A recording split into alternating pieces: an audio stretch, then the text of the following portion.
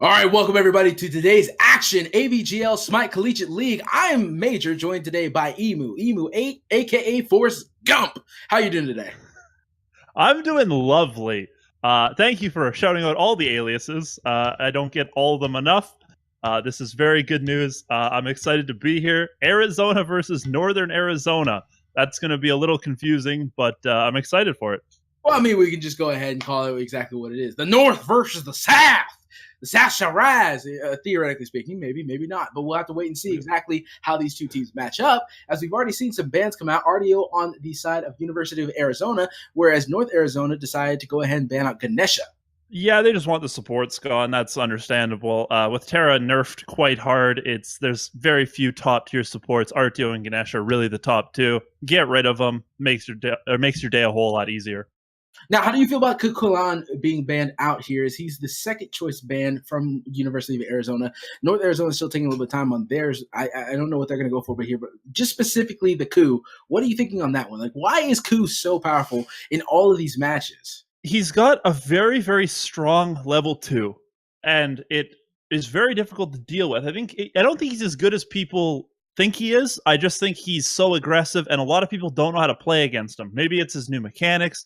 I thought that after a couple weeks they would figure it out, but he's very difficult for a lot of people to play against, and he is very, very strong. So it's a good thing. You see a lot of people ban it out. They just don't want to deal with it more than anything. And Raijin's sort of the same way, does a lot of damage, good early clear, makes sense to get rid of him. But Ao Kwang, that's one we don't see a whole lot of, but is very good.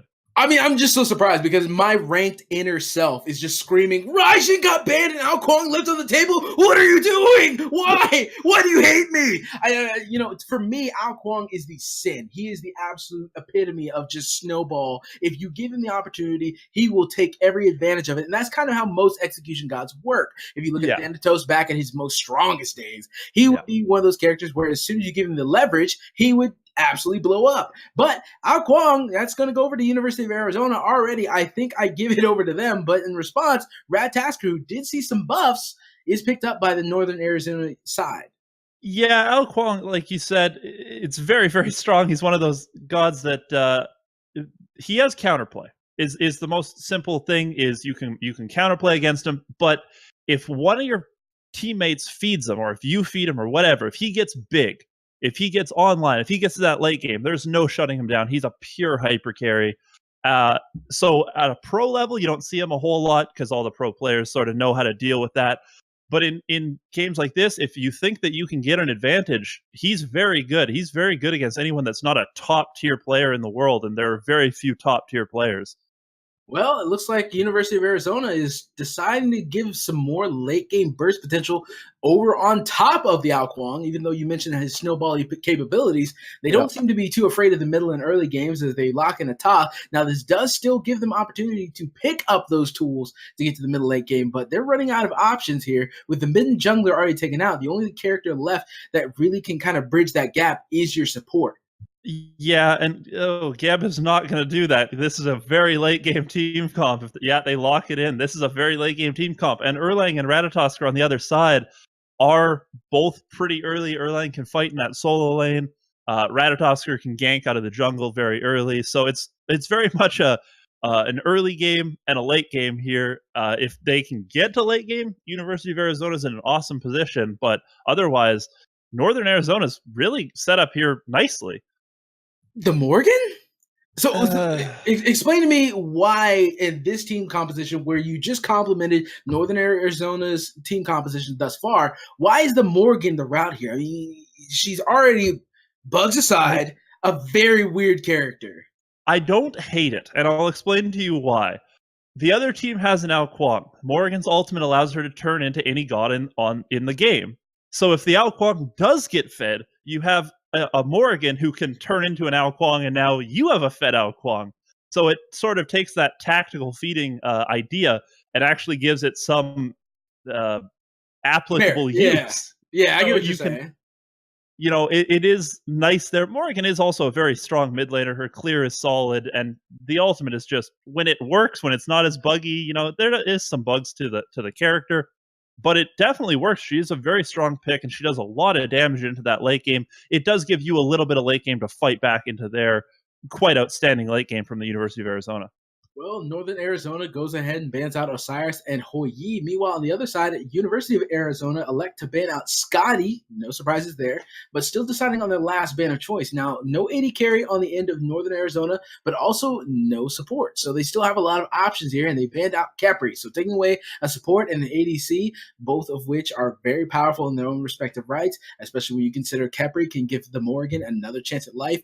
Ratasker, dive potential. Erling Shin, same dive potential. I think these were very Yep. smart bans, but what exactly is Northern Arizona going to pick up here to kind of compensate in the duo lane position? I mean, from a Fafnir is a good pickup here. That I was going to say because you have Erlang Shen, who's an auto attacker. Morgan has some auto attack base in there. Fafnir is just a very strong support anyway at this point. Probably the top tier support that's left on the board. It's a good thing to pick up here. It doesn't give you a whole lot of peel, which you could have liked. But there is a lot of CC on Erlang and on Ratatosker, so the CC is made up in other places. I'm more interested to see the Hunter that University of Arizona goes here on the left side because they do have such a late game team comp. Something that's more early game focused, like even something out of the meta like Neath, wouldn't be a bad idea. Neath's going to allow a lot of setup, see it a whole lot, but it wouldn't be terrible in this composition. See, when you were saying earlier game ADCs, my first instinct was on her, just because on her has a lot of potential to just rotate around and do Desert Fury. But I like your Neath decision a lot more because you have that World Weaver to kind of aid with Ao Kwang's attempt to maybe get an execute off, maybe get something else off, or just give the Divine Punishment for Toth to go ahead and combo that up. But instead, they go for Apollo, who in my respect is a little bit more of a late game carry because he has the potential to split push. And with Chalk, I'm still not convinced that these guys have any form of early game or mid game. Yeah, it's a very late game team comp. It's going to come down to how hard Northern Arizona can invade. If Northern Arizona believes that they can run a lot of invades, Chalk is going to make it a little bit harder to invade onto the blue buff and onto the speed buff of University of Arizona. But they do not have a good early game fight. Like Arizona's early fight is not great. Northern Arizona, if they can pick up a Hunter here, it's interesting what they pick here. They can look to have a lot of invades and a lot of early fights, and that might put University of Arizona behind. Kernanos, that's another early pick. That's going to be great. He can fight early with Fafnir. He's going to be incredibly valuable.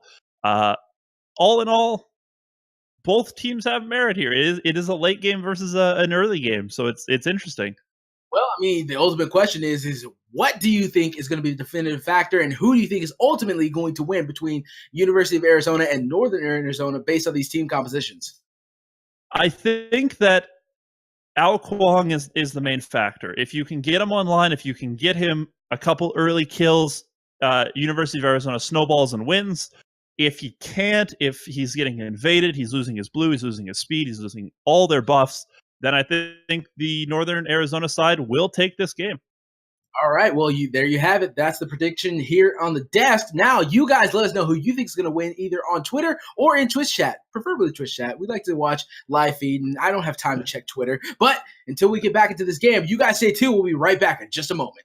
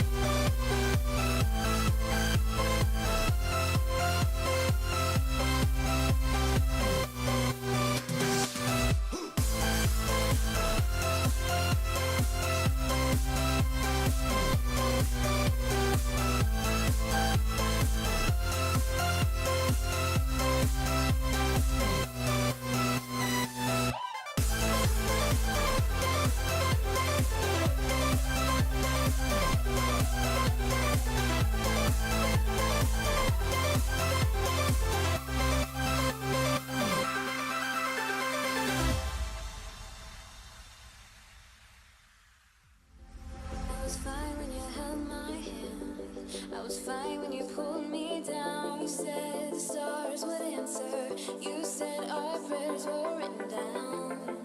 I was fine when you pulled me in. We were forced to be human, and then the world came after, and I had never questioned it. And they said it was wrong.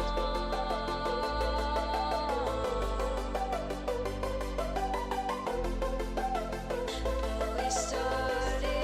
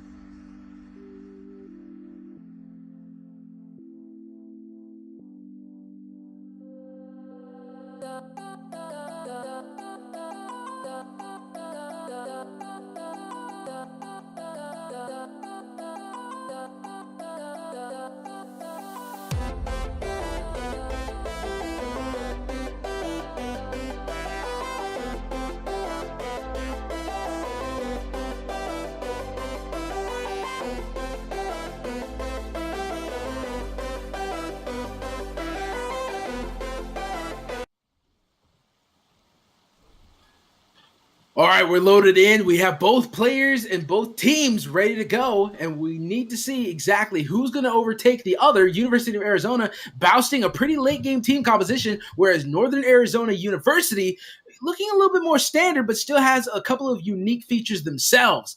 And Emu, I got to say, I'm excited for this one. Yeah, I am as well. I think that, you really have the story built in here is, can the University of Arizona on this blue side get to late game? If they can, I think they got it, but that's not easy. That's a hard thing to do, to get all these gods into the late game. They're going to have to avoid invades. They're going to have to avoid a lot of early fights. It is interesting. I want to see how this one shakes out. Yeah, I mean, even over on the right side, you're already seeing a little bit of aggression as both parties starting to poke each other out, or at least look at each other funny. Key performance on Shock, just kind of teetering around. Two members of Northern Arizona not too afraid. So this kind of shows that there's a little bit more confidence, at least on the side of University of Arizona, whereas Northern Arizona is kind of just looking for kill opportunities that are a bit more favorable towards them. The 2v1s, the 3v1s, or 3v2s, that kind of deal. And I do really like the Northern Arizona here, starting with the jungler in the solo lane. Chalk is the only early game god, the only god that they can actually fear. They're just going to go over there, put the 2v1 onto him, and look to invade this speed buff.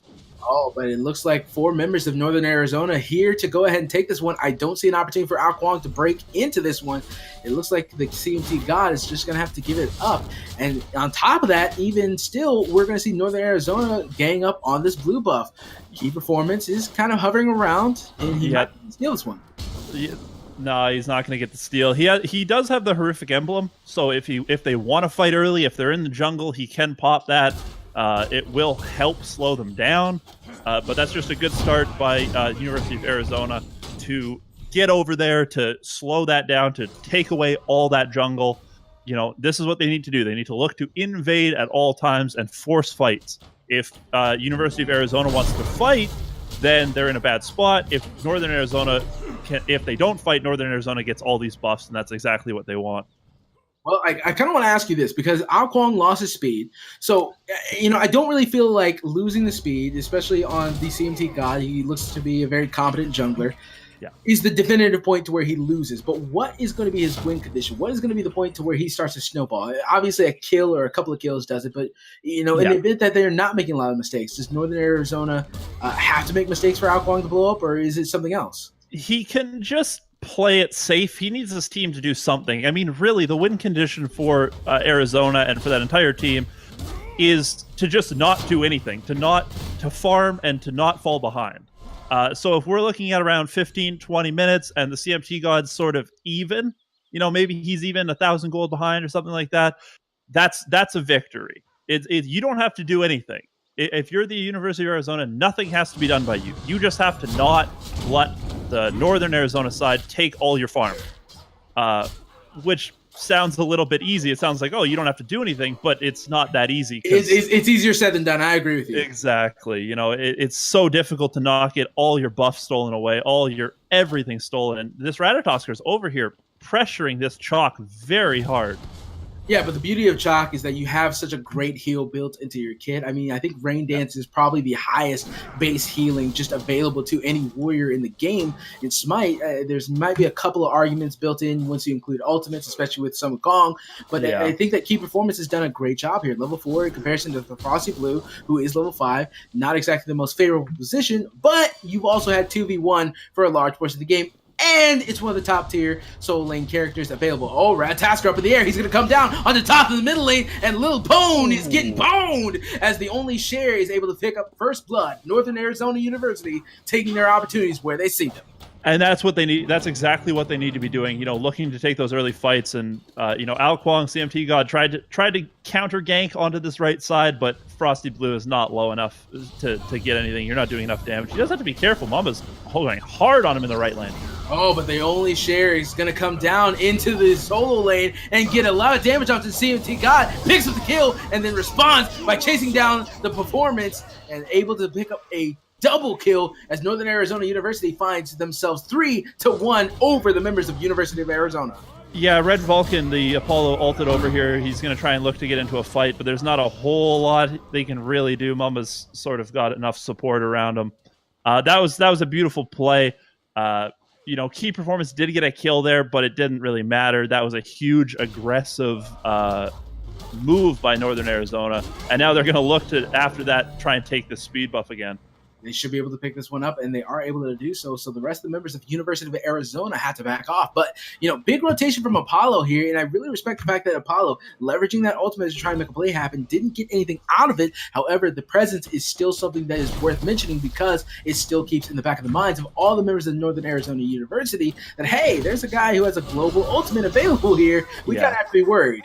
The problem is with it though is I understand that mindset, but the flip side is he's now 2 levels down.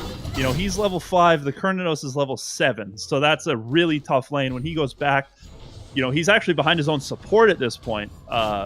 It's going to be very difficult to box into anyone, and Kernanos is going to probably just abuse him for quite a while because of how much farm he missed off that rotation. And since we're talking about both the AD carries, I kind of wanted to pose this question to you because I'm an AD carry main, and I'm stubborn as hell. But the question is that, what is the benefit, what is the advantage, and why would you necessarily pick up Bumba's Mask with a starter item that costs 800 gold, as opposed to what I believe is the correct route? Apollo, looking out for you. I believe the correct route of just going ahead and getting that Death Soul and starting up your first item of choice.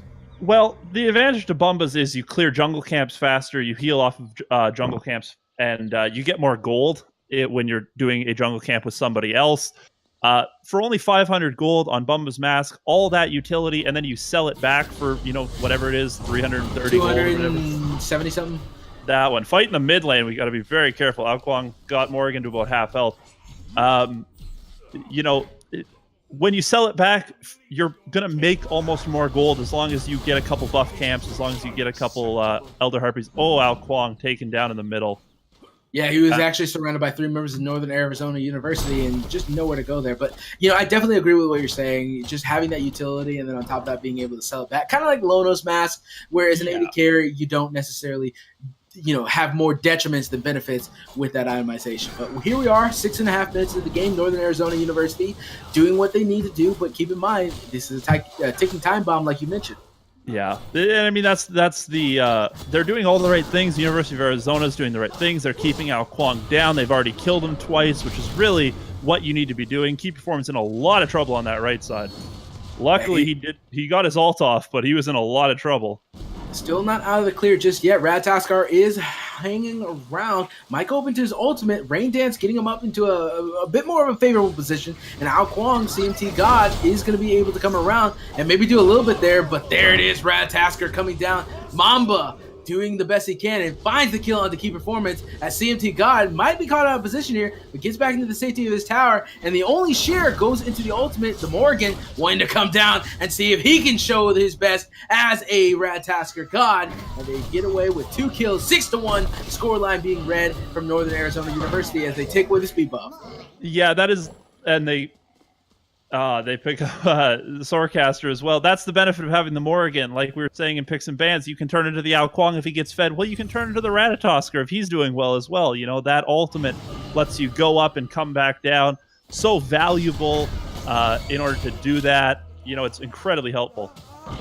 I mean, you know, when in doubt, global it out. That's always been the story of Smite. If you have a global ultimate, you are very valuable. But Northern Arizona University surrounding this Gold Fury, able to pick it up at the 8-minute marker of the game. Northern University now sitting at a pretty commanding 5.5 gold lead and a 6.5 experience lead. So they're looking pretty strong going into the 10-minute marker of the game. Whereas at University of Arizona, despite what you mentioned about how, or not despite, in fact, aiding what you mentioned earlier with saying it's pretty hard not to lose farm against the other team when you're a late game comp. They're not doing too well at it. Yeah, absolutely not. You know, and this is the problem is when you pick this late game of a team comp and everyone falls behind, you have no one to rally around, no one to, hey, will you carry me for a little while? You know, you have no one to rely on other than yourself, and you're behind. Everyone's behind on their team. And this is where you run into a really big issue is if a team fight breaks out, you don't have a guy that you can funnel all your resources into. For the University of Arizona, they just sort of have to avoid fighting, and that's going to mean they lose all their buffs. Well, I mean, now that they have been avoiding fighting, or at least attempting to avoid fighting for so long, do they need to change up the strategy, especially in the solo lane here, as you see key performance constantly dealing with pressure from both the jungler and the solo laner? I mean, do they need to change their style of play to try and match up against University of Arizona, or excuse me, Northern Arizona, or do they just need to keep trying to bank on this late game team composition? Yeah, they have to, like, you know, you have to go with what brought you to the dance. You know, they can't do anything now. At this point, they've picked the gods that are the late game gods. They have to deal with that. If they can get to this late game, they're still in a fine position. But at this point, you can't shift. You are locked into being a late game team comp, and you have to play like a late game team comp. You're just a late game team comp that's 2 and 3 levels behind, and that's very difficult to do because you can't fight. You can't do anything. You're going to lose all your own jungle, and that's the benefit of an early game team comp like Northern Arizona is running here, which is you can absolutely bully people. Well, speaking of late game, the Morgan not exactly showing characteristics of being in the early game. It picks up the Spirit Desolation's second item on top of having the Bum's Mask and on top of having the Soul Stone. She is absolutely decimating people and adding that 80 magic power as well as some CDR and the passive of the Spirit Desolation. I mean, why do you think she went for this early? Oh, big fight in this right lane.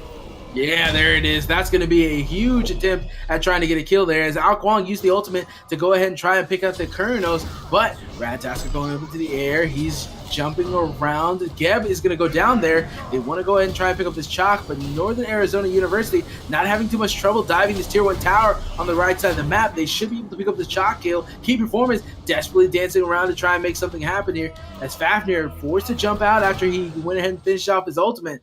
It looks like all the members of Northern Arizona University don't want to try and pursue this any longer. However, they were able to at least pick up a kill. Yeah, they definitely turned that around. You know, Frosty Blue ended up in a little bit of a bad situation. Ao Kwong ulted him a little early. They're going to lose their speed buff again. I don't think Arizona's gotten a single speed buff this game. You know, that was just a big fight on that right side. Going back to the Spear of Desolation, Spear of Desolation gives you 20 penetration, and boots give you 10 penetration. Most mages, Thoth included, have 30 base magical protections. So when you get Spear of Desolation and you get the boots online, you're doing true damage.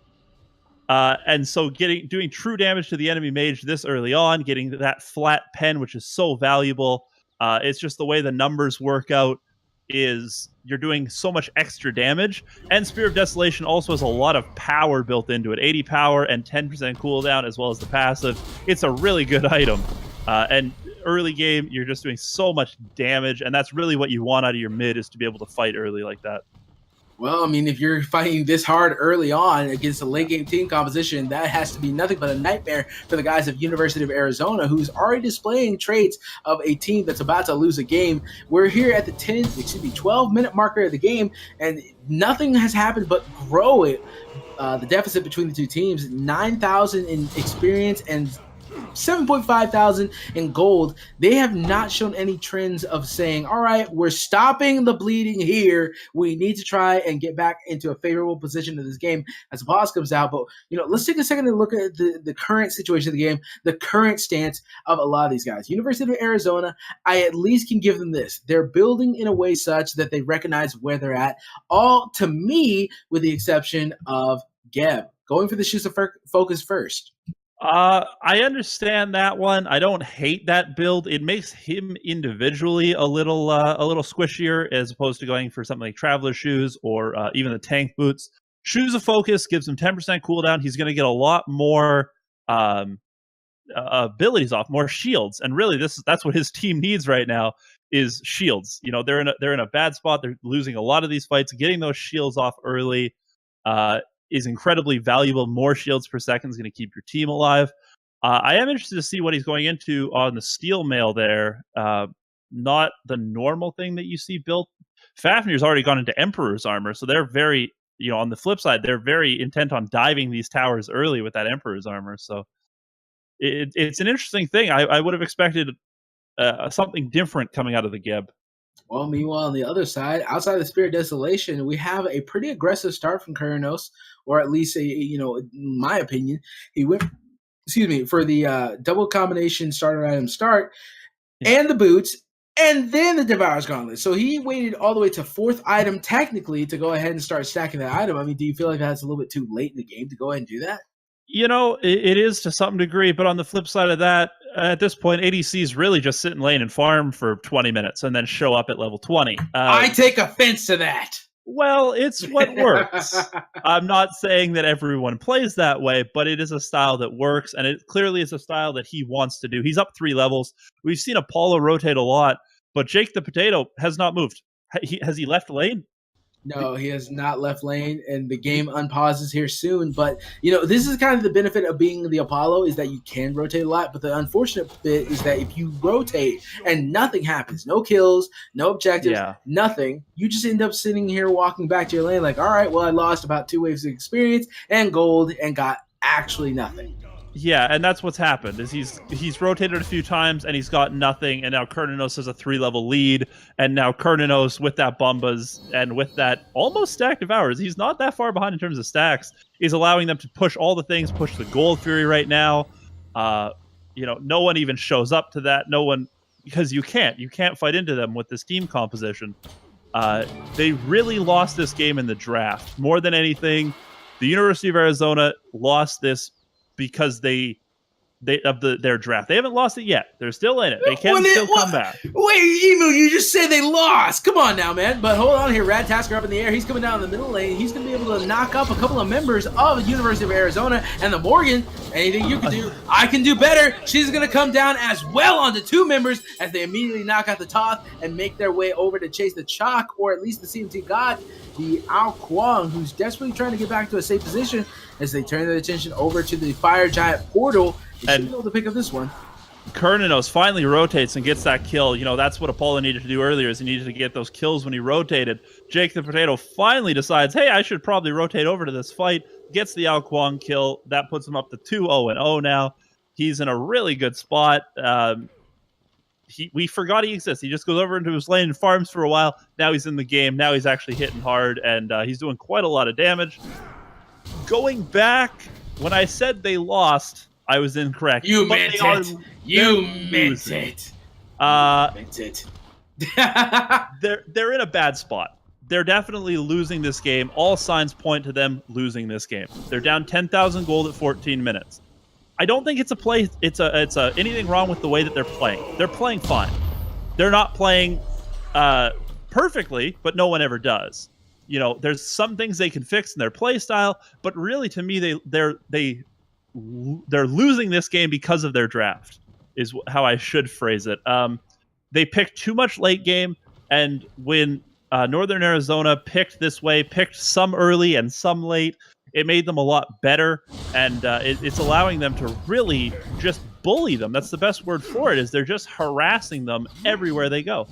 Well, I mean, usually the thing is that if you see a team composition like this drafted from a team, that is nothing but the exudance of confidence. Like, hey, I know we will beat you. I know we will get fed. I know we will go ahead and take first blood and everything that comes after that. But the fact that University of Arizona wasn't able to do any of that, in fact, they only have 1 kill in 15 minutes of the game with such a hyper-aggressive team, I mean, it kind of goes back to the idea of, all right, well, if you were so confident, why did you draft this? Why did you go ahead and pick these gods and put them in these particular positions if you didn't think that you can go ahead and play aggressively enough, or at least smart enough, to prevent 13 deaths? And that being said, Northern Arizona has played, I think, fairly well. But we're going to see a big rotation over to the left side of the map as multiple members of University of Arizona might make an attempt to make a kill here.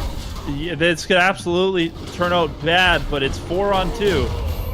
But it's the bowl. Yeah, there it is. There, the Morgan coming in with the Ratatasker ultimate, I believe so. In fact, actually, no, that's the original Ratatasker. Too many copycats, as the Morgan does come in finally with the Ratatasker ultimate of her own. Makes her way onto the back line. Meanwhile, there it is. Key Performance coming down with the ultimate. Thunder is going to land on a couple of members of Northern Arizona University members, but at the same time, Key Performance taking quite a bit of damage. He's more than likely to fall here. They chase under Tier 2 tower and able to go ahead and successfully pull off the kill there. University of Arizona losing their Tier 2 tower on the left side of the map. Yeah, Jake the Potato did get taken out. That is, you can sort of pat yourself on the back for that. You did kill their highest leveled player. But you gave up 4 people to do it, and you got the kill on Thoth. It's not the best trade in the world by any stretch of the imagination. They did the right play. They fought 4-on-2. They brought a 4-man gank onto 2 people. That's absolutely the right play, but they're just so far behind that even though they made the right decision, they couldn't actually get anything out of it, and that's a really tough spot to be in mentally, where you made the right play, because they absolutely did. Arizona's totally in the right, but they ended up losing because they're just so far behind. Well, now all of a sudden, University of Arizona 2-17. I'm going to start agreeing with you from what your first statement was of saying like, they lost this from the drafts. I mean, you could say all you want that they didn't lose the game, but at this point, we're 18 minutes in, 12,000 in gold, 14,000 in experience. I mean, I don't know too many people who would say that this is a close game, Fred. I think this is definitely, So I think that if anything, University of Arizona needs to take some lessons from this game, draft differently, and go into game 2 with a much different mindset. I think they absolutely do need to do that, but I think they need to not give up on this one just yet. I mean, I know it looks really bad. You're down all these levels. You're down all this gold, but their team is so stacked with late game characters. Everyone on that team can do late game things. They haven't lost any Phoenixes yet. They're going to lose a third Gold Fury right here. I see no possible way in which anyone can defend this. But you're not losing any Phoenixes yet. You still have a couple Tier 2 towers up. As long as you can stay farming and you can stop them sieging, which is, again, easier said than done. But if they can hold out, they can win this game, which sounds ludicrous to say with how bad this has looked so far, but it's not over just yet. I mean, it technically is never over until the Titan. I'm sorry, I'm an old Smite player. The Minotaur goes down. Until he goes down, this game is anyone's match. But at the same time, Portal Demon going down, all the members of Northern Arizona University backing to prepare for going for the Fire Giant. Ward Vision heavily in control of the members of Northern Arizona University. They have all vision in their favor. Apollo over on the left side of the map, you're seeing some members of Northern Arizona coming through the portal. They're starting to try and pick up some of the finishing touches for closing out this game, and there they are starting up the Fire Giant. I think that really you need to just let Apollo split push in the left, and if you can stop them from doing this, try it, but really they're going to get it. You're not going to stop that Fire Giant. Let them have it. Apollo gets a tower in the left side that is going to help you in terms of experience and gold. Let them take the towers and defend your Phoenixes. That's really all you can do at this point. If you have to make one last stand at some point, might as well make it under tower or under Phoenix. Well, they need to make them a last stand a little bit sooner than that, as they took a lot of pressure here. Now 5 members strong, Northern Arizona pushing on this right side Phoenix. Apollo taking tier 2 of the left side of the map. Yes, but at the same time, there's a lot of damage bursting out onto the University of Arizona as 2 members already taken out. Phoenix down very low. There was a shutdown onto the Ratatasker, but at the same time, there's a Phoenix going down. They can still go ahead and push a little bit more objective, but they're instead going to turn their attention over to the Apollo, who is pushing on the left side of the map. They are able to prevent him from taking that objective, and at the same time, still pushing down the right side Phoenix and taking 2 members of University of Arizona. Yeah, I think that the Arizona really made the best out of that they could there. They got Mamba killed, and Ao Kwong was the one that got the kill, which is pretty big. Apollo got a tier 2 and a tier 1. They lost their Phoenix, but that's to be understandable. And the towers, of course, those were already long written off. They made the best of it. That was actually a fine defense. I mean, it doesn't look great. You end up losing more than you got, but at least you got something. That's the best that they can hope for at this point, is to sort of trade out 80 cents on the dollar and hope that eventually it ends up with them having more. It's just a tough situation they're in at this point. Emo, I'm telling you, man, you are giving these guys more benefit of the doubt than I could even muster up. These guys are in a bad spot, and I'm just like, oh yeah, they're done. And you're just like, no. Major, listen to me. Late game team comp, they've got this. Are you the guy that refuses to F6? I promise you, if you're that guy, I refuse to play Smite with you. No, I'm definitely not. I'm definitely sometimes a game is lost. Absolutely. And this game very well could end. And if I was a betting man, don't get me wrong. At this point, you have to bet on Northern Arizona. Don't get me wrong about that. But I can see a way. In which Arizona can bring this one back. It's a very small chance, but it exists. And as long as it exists, you have to let them play. And I think that's why we haven't seen them surrender, is because there is a chance here. Well, let's see if the foresight of Emu is going to make the story of this game, as a couple of members of Northern Arizona are breaching onto the middle Phoenix. They have Erlingshin pushing on the left side of the map, and they want to start to try and break down some of these other Phoenixes. The one benefit they do have is that fire mains are going to start pouring up the right side of the map here very soon after they make it through some of these waves, and with that, they have to dedicate on the side of University of Arizona some member to go ahead and stop the Phoenix from getting, the Minotaur from getting pushed in on. Ratatasker coming down the middle lane. They're already starting the aggression. They want to try and find the kill, and they already are busting out a lot of ultimates here. Only 2 ultimates left on the side of University of Arizona. Erlingshin with a beautiful taunt. He's going to be able to go ahead and pick up something, as well as Apollo dashing to safety to try and get out. One more auto attack or anything's going to be able to secure that one, and it's still just a back and forth bloodlash as to who's going to be able to pick this one. Only Cher finding the kill on a key performance, and it's just back and forth over and over again. Yeah, this is really a really tough fight under mid. They did lose the Phoenix, but they got some kills in return. They made the best out of that situation. On the flip side, Northern Arizona can be happy. They got the Phoenix down. They got some damage onto the Titan a little bit. The biggest thing there was Mamba got out with his life. He almost died, and he barely got out. But that was huge. If he'd fallen, that would have been a much different fight, I believe. All in all, a good defense. They basically traded out 3 for 2. And the Phoenix, not bad.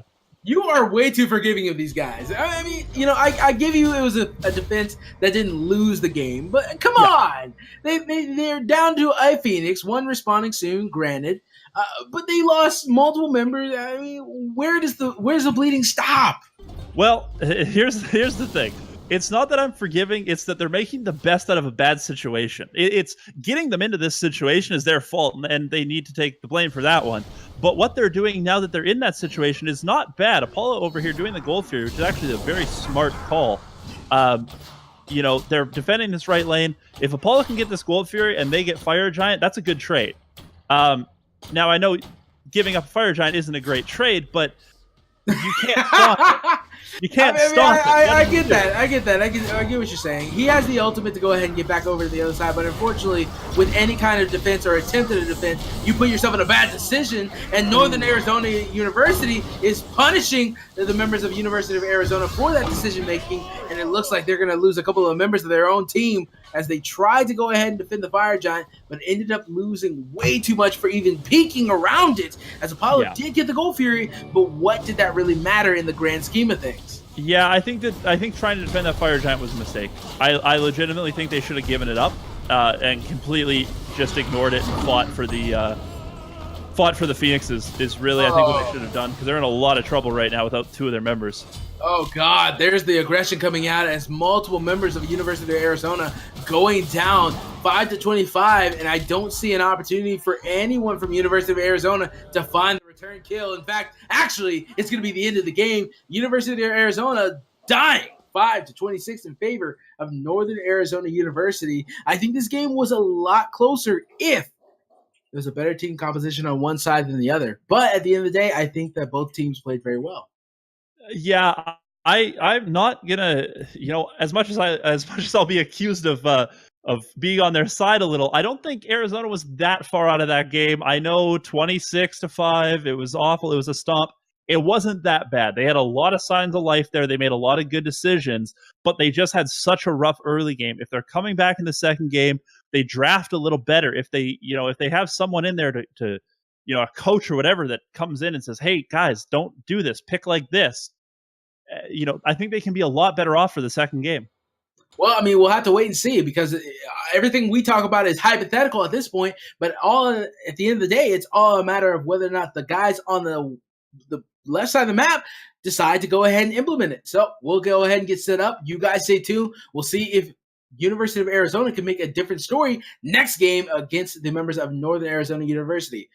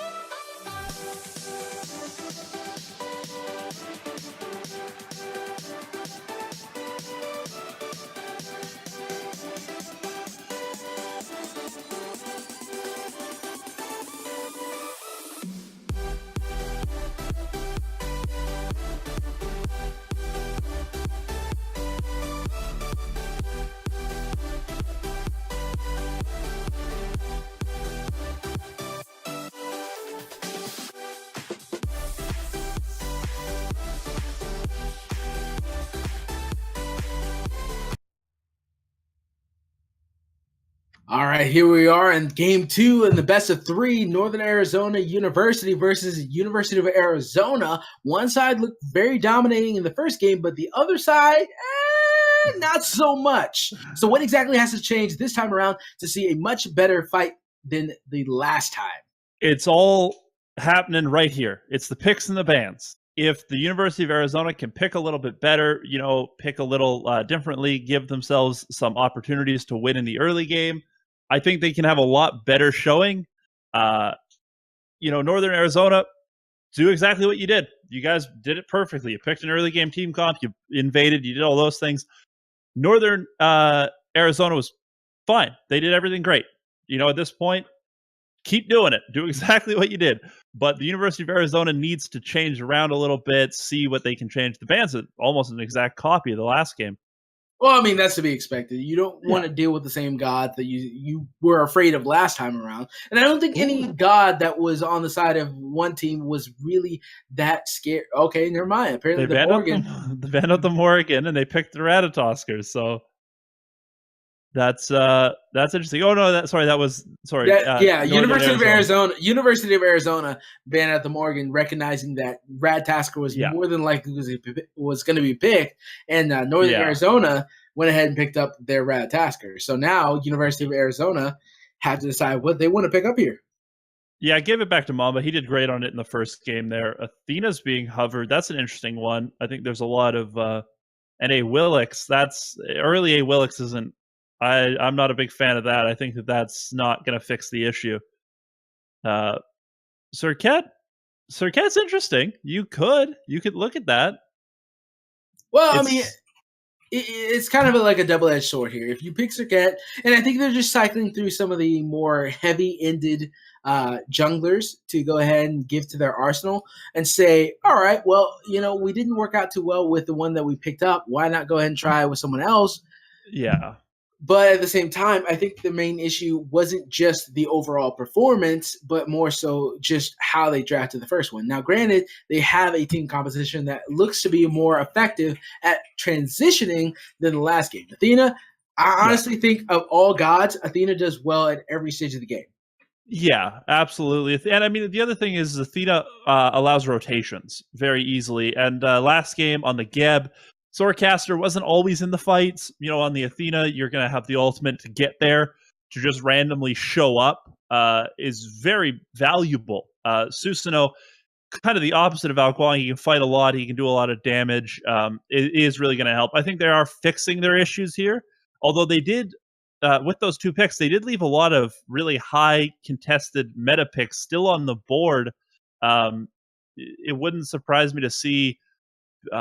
I mean, you could pick up Soul, you could pick up Thoth, you could pick up a bunch of things here that that the blue team might want to pick up that Northern Arizona might really like, because Medusa and Erlang Shen. That's the Medusa. I understand you're trying to counter the Athena Medusa synergy. That is quite devastating. Erlang Shen, they ran it last game. Frosty Blue is awesome on it. It does not surprise me at all that he would want to go right back to it. Well, I mean, outside of the counter pick to go ahead and say, all right, you can't taunt into your ultimate from Medusa. Yeah. I get that. But I think that there's a soft spot for Medusa in this meta that a lot of people haven't touched yet, because Medusa is such a powerful character by herself. And depending on what the starter item of choice is, she really shines. But Hoi Yi picked up on University of Arizona is going to be a bit more of a meta pick here. It looks like University of Arizona is trying to pick up semi-meta / all right, let's fix our last mistakes. Yeah, and I think Hoi Yi sort of fixes that again. Is it's not the Apollo; it's a lot better. It's a lot tighter. You can box and lane a lot more. Last game he was rotating a lot, and it cost me put him behind. This game, I don't think you're going to see that out of him. I think he's going to stay in lane and he's going to box and he's going to try and do it that way. Banning out the Fafnir makes sense. You don't want to deal with that. He's very strong right now. Makes sense to just get rid of him. Cyrus band on the other side with Northern Arizona University. University of Arizona thinking a little bit about their bans, but it's really interesting to see that they're still afraid of a Osiris or anything else from the guys of University of Arizona, because if we're talking about weak links of the entire team, I think that Chalk last game didn't have exactly the confidence to go ahead and say, all right, I'll take all the focus of the enemy heat. You guys Yeah. focus on just trying to, farm up, do whatever you want. So usually in the event that you are getting bodied up or getting double ganged on or whatever, you go ahead Yeah. and admit to that role and play aggressive to Yeah, some degree and just take advantage of that. Yeah, you take one for the team. And last game, he didn't really. There was a lot of times where he didn't feel comfortable with that. Poseidon out of the mid lane. They've gone almost the opposite and got into a lot of early now from Arizona. It isn't the wrong thing to do. Athena and the Poseidon are going to work well together. Athena and the Hoyi are going to work well together. I think you could look to pick up an Odin as your solo laner. That's a I like slightly that. unorthodox solo lane, but No, I like that. Ratatosker can't escape, Medusa can't escape, Erlang can't escape, and then you have the Poseidon and the Hoyi who both have those giant AoE abilities to really fill out that ring. Could be a good decision. Well, I mean, you think about it this way. So you're forcing the support to go ahead and pick up a relic that they don't want to pick up. At the Yeah. very least, you're forcing the soul laner into an awkward position because if all of a sudden you have a Poseidon rotation, that alone, without the jungler, is already a kill guarantee because you're already building against the Odin when it comes to defenses. Yeah. You're not Yeah. building for magical defense. So there's a lot of opportunity there for University of Arizona in combination with Poseidon. Now, the one thing I am worried about, however, is that the fact that they don't have much late game. They're putting themselves on a timetable in opposition of what they did last game with their draft. And University of Arizona has said, all right, well, late game doesn't work for us. Let's go ahead and go all early game and see what happens there. And Northern Arizona University is just like, we're picking whatever we want. Let's go ahead and deal with it. And Northern Arizona here has a good mix with the Ratatosker early. He can get that Kronos to the late game. Once Kronos is in the late game, he's, basically just a win condition. Having Kronos at 50 minutes just is a win. Kepri on that side as well. But again, two more gods that don't have an escape. I think Odin here is the right pick. I think that it's so good into this team composition. Bologna. I like it too. I like Bologna too. I don't hate it, but I think you missed a big opportunity. I think that you missed the opportunity there to truly pick something for the team, and you took a little bit easier of a route and lane. Again, I don't want to. It's not a bad thing, He's not. I don't want to. Oh, he's such an idiot for not picking Odin, but you did miss an opportunity where a god would have been incredibly valuable to have. Emu, you're playing to the characteristics of your country where you're being just nice. I can't believe you. I can't believe you right now. But anyway, we're going to go ahead and see if Northern Arizona University can go ahead and close out the series, whereas University of Arizona wants to try and redeem themselves from last game. Stay tuned. We'll be right back to see what the results of this game is going to be. Don't go anywhere. My name is Major, and my co-caster, Emu, will be waiting in anticipation to see how this game plays out.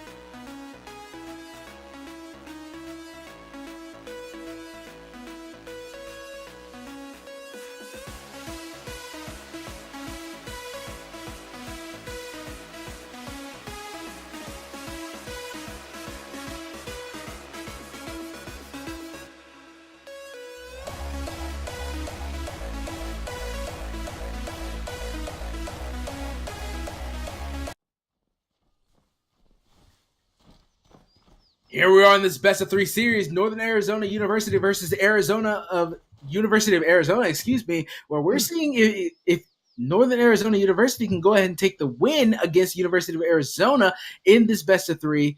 Game 2, they already won game 1, and they had a pretty dominant force last game, and this time they want to go ahead and show that they still have that capability, whereas University of Arizona wants to go ahead and prove themselves and show that a change of pacing in picks and bans can result in a change of result. Yeah, I think that you really hit it on the head there. As soon as you switch up the picks, it's a lot easier. They made a big change there in the way that their composition was built. Last game, very late game. This game, much more early game focus. It is completely going to change. This is an interesting start here. Poseidon starting on the speed buff. They're really afraid of this invade. Yeah, they don't want to go ahead and give up any objective that they can, but at the same time, this might result in a loss of another buff, as you already see Northern Arizona University wanting to make their appearance known onto this blue buff, but there is 3 members of University of Arizona available to them, as there it is, there's a slow coming out, the speed buff is used, the sprint is used to go ahead and get everyone out into safety, and nobody is killed from Northern Arizona University's side. University of Arizona using a relic to try and get that kill might have been a loss in some form or fashion. Yeah, I think that they made the right call there. Arizona going over there to take that fight, but Northern Arizona did the smart play and just got out. They didn't live off of last game's glory, which you'll see a lot of teams do. Is they'll go, "Oh, we were big last game, we can fight this game." Nope, they just went, "All right, fair to you guys. You're showing up to protect your blue buff. Okay, we'll let you have it," which is the right play. And I like the fact that they're going ahead and respecting the members of the University of Arizona, because they recognize, all right, well, we were ahead last game. That doesn't mean we're ahead this game. And even over on the left side, you see examples of that. Northern Arizona University's ADC is just not able to go ahead and come out of the base because he's the only person there. So that he's playing a little bit more safe. He's playing like a passive ADC and saying, all right, well, I have to wait until I'm at a bit more of a comfortable point to start boxing the opposing ADC. Yeah, exactly. And that's the exact right thing to do, is to check your ego at the door a little bit. It's so easy to say, oh, well, I was ahead last game, I can have big fights here. But to actually truly sit down and go, okay, I'm not going to do anything stupid and die, that's a really hard thing to do for a lot of players. So here we are, 2 minutes in the game, still no first blood, but at the same time, a lot of action has happened. In fact, over in the solo lane, even though this is the place where not a lot of action happens, you're seeing Bologna play really aggressively, and that's kind of a characteristic of Bologna's playstyle, is just really wanting to get up into the face of the enemy, solo laner. And even though that's something that you see out of Kuz and Erling Shen, I feel like that's still something that Bologna originated. Yeah, Bologna's, the original. Oh, big fight in left lane, though. They got to be very careful about that. Yeah, Medusa getting dangerously low, but she's still able to get out into a safe position. But what were you saying about Bologna? Bologna has always been a very aggressive god. She wants to, clear the wave, box with you. If you don't want to box with her, she's going to go steal your blue buff, proxy your wave, something like that. Very much a bully, and that if we saw the last game, key performance was really bullied. This game, he's in a lot of trouble there in his own jungle. Yeah, and all of a sudden you're looking at Bologna in a much different light than what we saw earlier. Khepri is the only person nearby, finds the ability, and he is able to get the kill. And there's another one. Northern Arizona University picking up 2 for themselves, as now University of Arizona, even though they have the early game team composition, not displaying characteristics of a team that knows what to do with it. Yeah, I think that was just a mistake. Key performance got a little out. He was wandering through his own jungle, but didn't really respect where the rest of the or where the enemy side was, and they brought 4 in there, and that really made it difficult. He ended up getting costing him his life, and now the speed buff, gets taken by Arizona. So luckily they don't lose their speed buff, but they are going to lose their damage buff because Kronos and Khepri go over and take that one. Yeah, they're able to take the red buff, and on top of that, maybe take the purple buff. They're kind of floating around deciding if they want to try and go for the invade and get the kill, or just go ahead and get the buff. But at the same time, they have a middle lane here that's looking pretty tasty. That's a lot of abilities used by the Sasano, who's in a very dangerous position here. He's going to be taken out. The only share is able to get that kill, and the CMT God going down yet again after what looks to be a fairly unfortunate situation for the guys of the University of Arizona. Yeah, I think they've made a couple really small mistakes, but they're big positioning mistakes. It's just I'm a little bit out of position, but Northern Arizona's been really good at punishing them. Whenever they're out of position, they bring all their guys. They bring 4 guys to kill you, and it those little positioning mistakes are magnified by having 4 guys there to kill you, and they've been successful every time. It's really good by Northern Arizona. Really smart plays. They're getting all this farm. They're doing all the right things right now. Well, the main thing is that it looks like University of Arizona just doesn't know how to exactly respond to Northern Arizona University to whenever they make a decision. And I'm not sure if this is not the ability to respond or whatever, but here it is, University of Arizona looking for the opportunity. They've avoided the stun from Medusa, and there's a knockup from Sasano. But again, multiple ultimates used. They just can't get anything out of it. Come on, University of Arizona. You need something. Oh, but Ratatasker coming in the response. He's going to be able to get a lot of damage off. Athena in a little bit of a low position. She's still alive and well, but Kronos on the backside. Ooh. That ultimate came out big. Kronos is there now. The Ho Yi Sun's come down. There's all sorts of damage and all sorts of abilities everywhere in this fight. Kronos with the rewind. Beautiful. Lil Pon's in so much trouble there. Beautiful job by that Kronos to rewind and pick that up. So what looked like a bad situation for the members of Northern Arizona University is looking like a great situation. This is where Khepri comes into play. He comes in, gives the opportunity for Ratatasker to dive, and now Kronos with the rewind. No! He doesn't even get the ultimate off. He's going to actually end up perishing before he's able to get the kill, but still was able to get the kill. Still, however, dying under tower. So wasn't able to get that ultimate off. Big misplay by him. No, well, he didn't have it. He burned it earlier on in the fight. You're right. He was under there. I think his logic was he was just going to give himself up for the Athena. I don't think he thought that it was going to be as long as he was under there, or that it was going to do as much damage. Mumble would have lived a little longer. I don't think he thought he was going to take that much damage in that fight. Good play on him to get that rewind early to kill get that kill onto Little Pawn. They did dive. They did get Swordcaster, so I guess it's not the end of the world because Kronos did get a kill there. He's 3-1-2 at this point. Not the end of the world. Not the best play though.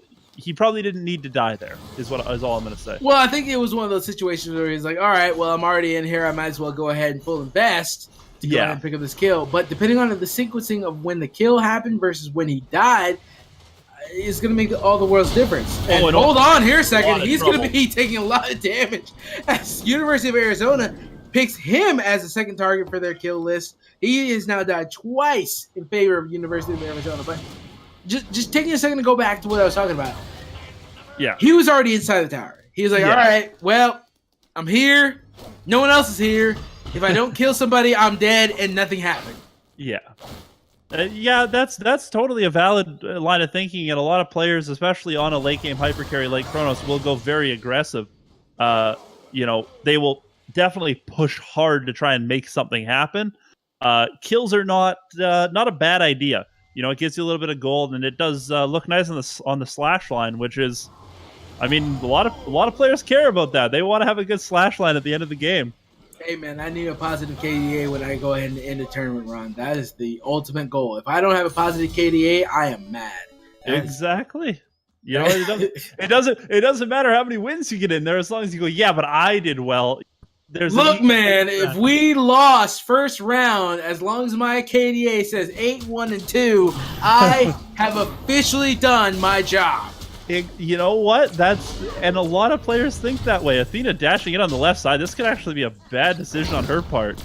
But unfortunately for the members of never mind. I was going to say, unfortunately for the members of Northern Arizona, that they can't exactly see her forever, but apparently they can. Yeah. In fact, they were able to do so to the point of killing her. Gold Fury at 50% health. They do have to be careful. Life Pawn, he does have Little Pawn has the ultimate back up. That Poseidon ultimate changed his fight. They have to be very careful about him. Over the wall! He did it over the wall! Kronos did it over the wall! He was able to go ahead and get that kill. Athena ultimate not going to do anything. Kronos with the double kill. The only share finding 2 people on the side of University of Arizona, and the Gold Fury is still up for grabs. They're going to go ahead and turn around and pick that one up. That was a little dirty. He definitely got him there. That was probably not the best one. Just over the wall. Had no idea he was there. Kronos, beautiful play, gets the second one, and now they're gonna get this. Gold Fury. they're really running away with the second game now too, and amassing a 5,000 gold lead off a couple Gold Furies. But what did they do? I mean, what does University of Arizona do to change up the pace? They didn't draft well the first game, and so they drafted an early team comp. So they did that, and now it's still not working out. Hold on a second. There's the Kraken coming out. Erling Shin in a troublesome position, and University of Arizona finding a kill. So that's what you do. That is what you do. It's as simple as that. You set up for that Poseidon and you set up for that Hou Yi. That's what you have to do. Take these fights, but I don't. Oh, the oldie share gets that rewind off. Absolutely beautiful. But now he's into 5 at this point. Yeah, it doesn't matter. No mana. He's going to be in a troublesome spot. Bludgeon doing a chunk of his health. There's a slow from the shield. Kronos desperately trying to find an escape route, but again, there's just too many people of University of Arizona nearby. That's going to be 8-4 at the 10-minute marker as the gold lead spikes up. Not spikes up. Spikes back down to 3.5k, and the experience differential back down to 3.5k as well. So both sides still playing very hard, but I still think there has to be some merit to the idea that Northern Arizona University has the advantage. Yeah, I definitely think they do. They're up 4,000 gold. That's quite a bit. It's not out of the realm of possibility. The CMT god is level 8. He really needs to farm. I don't know where he's losing the farm out of. I haven't been paying close enough attention, but he's definitely losing farms somewhere. And that's a big fault on him that he's got to figure out, because he's not having any impact in these fights because he's too far behind. He's only a level behind, but he's not quite a level behind. He's a lot more than that. It feels like he's not doing enough, and it's very difficult to win these fights when you're just not getting the production out of your jungler that you really need.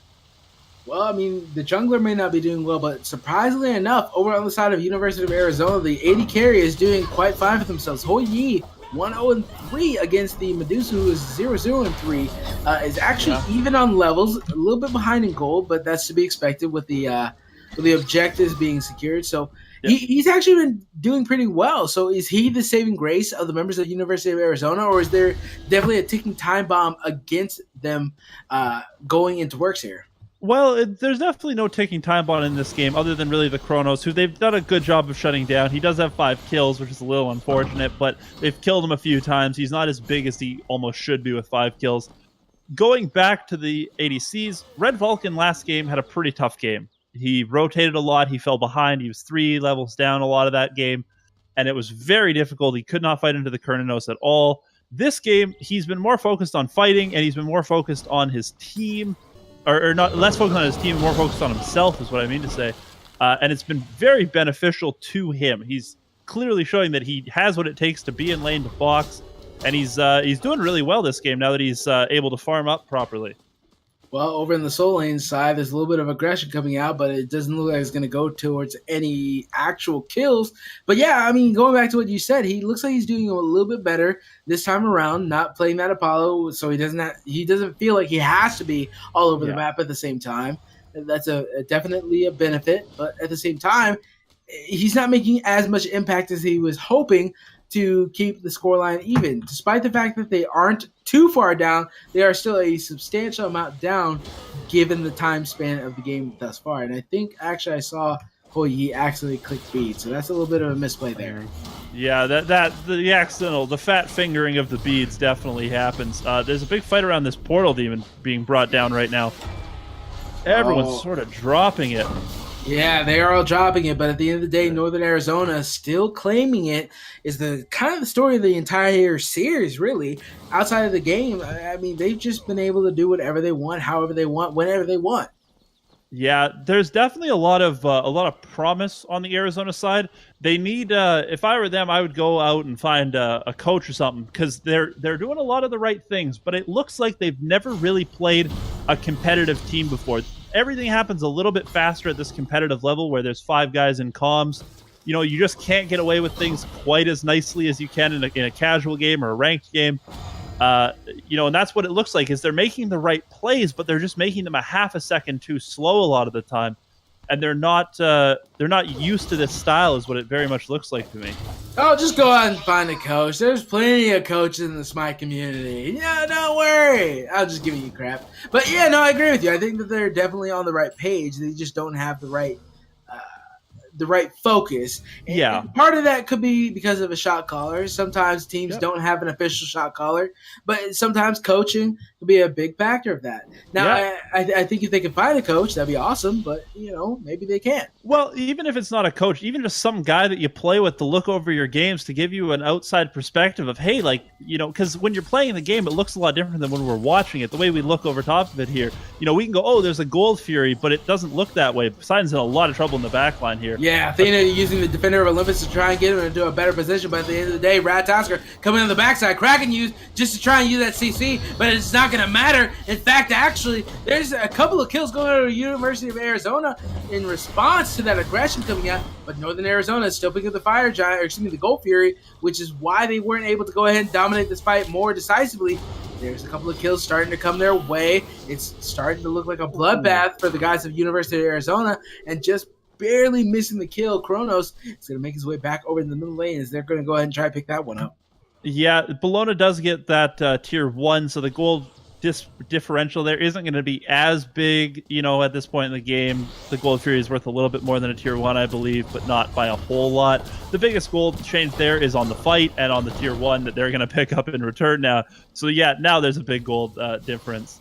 All in all, a good play by Northern Arizona there. I don't think Arizona really should have looked to fight when your Bologna split pushing over there, but you do have to stop them from doing Gold Fury. It's sort of a double-edged sword, where if you try for the Gold Fury and you get wiped, well, that sucks. You lose. You're losing there. But if you let them have the Gold Fury, well, then you're losing there as well. So just a tough situation to be in. Well, here's an interesting thing I want to go ahead and point out to you. So we have Poseidon here, right? And you mentioned how he's a great factor in this game of saying, all right, if he gets up or if he gets ahead, it's very important, and it gives them an opportunity on the University of Arizona side to go ahead and get back into the game. Now, they built Shoes of Focus, and hold on here a second. I might have to go ahead and pause this one out as a taunt comes out. A lot of damage, and there's Capri making sure that Kronos gets back into the safe position. But they're all in investing into one character, and that's not turning out too well just yet. Ooh. As Capri, ultimate onto himself, he's actually able to survive all that damage, and now they go ahead and turn this around. Oh boy, that looks like Kronos is hungry for a kill onto Athena, and he should be able to get this. Somebody should be able to get it. Yeah, there it is. That is Erling should pick that one up. But just to return to my earlier point, Poseidon. Shoes of Focus instead of Shoes of the Magi. And on top of that, third item, Uncommon Sash. Now, do you feel like with all the things we've mentioned so far, with Poseidon being the main focal point, there's anything in the in the Uncommon Sash line of build that could aid this more? I mean, really, he can go into something like a Gem of Isolation would be the best thing to take out of there. I believe that's in that tree. It's going to slow them down. He's been getting dove so hard with the Ratatosker and the Erlang Shen. They're all over him every single fight. And he's getting off his ultimates, but it's not enough. He doesn't have the damage to actually truly be threatening with that, with the Kraken. Celestial Plate Helm? I mean, really, I think you kind of just need more damage. You need to go into some pen. Some pen would have given him quite make a big difference, make those Krakens hit a little harder. Yes, you're probably going to die, but you have to hope, sort of the way that you play as Zeus, where you throw up the ultimate, and even if you die, you just hope you've done enough for the rest of your team to clean up, because 0, 5, and 3, it's just tough. You're never going to build tanky enough to truly survive against an Erlang and a Ratatosker diving you in the back line, so might as well get off as much damage as you can before you drop.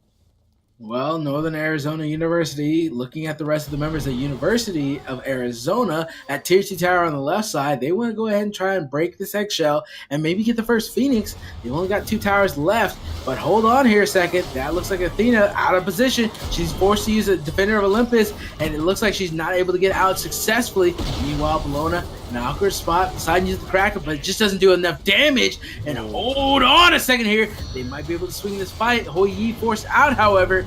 It's looking like Kronos' show. Oh. He's able to get a triple kill and decimate some members of University of Arizona, working on a 4th one. If he can get the distance closed out, tries to find the damage, isn't able to do so just yet. Ratatasker challenged with going in and cleaning that one up, and now their focus is entirely on the Tier 2 tower of the left side of the map. He's able to get it and walk away cleanly.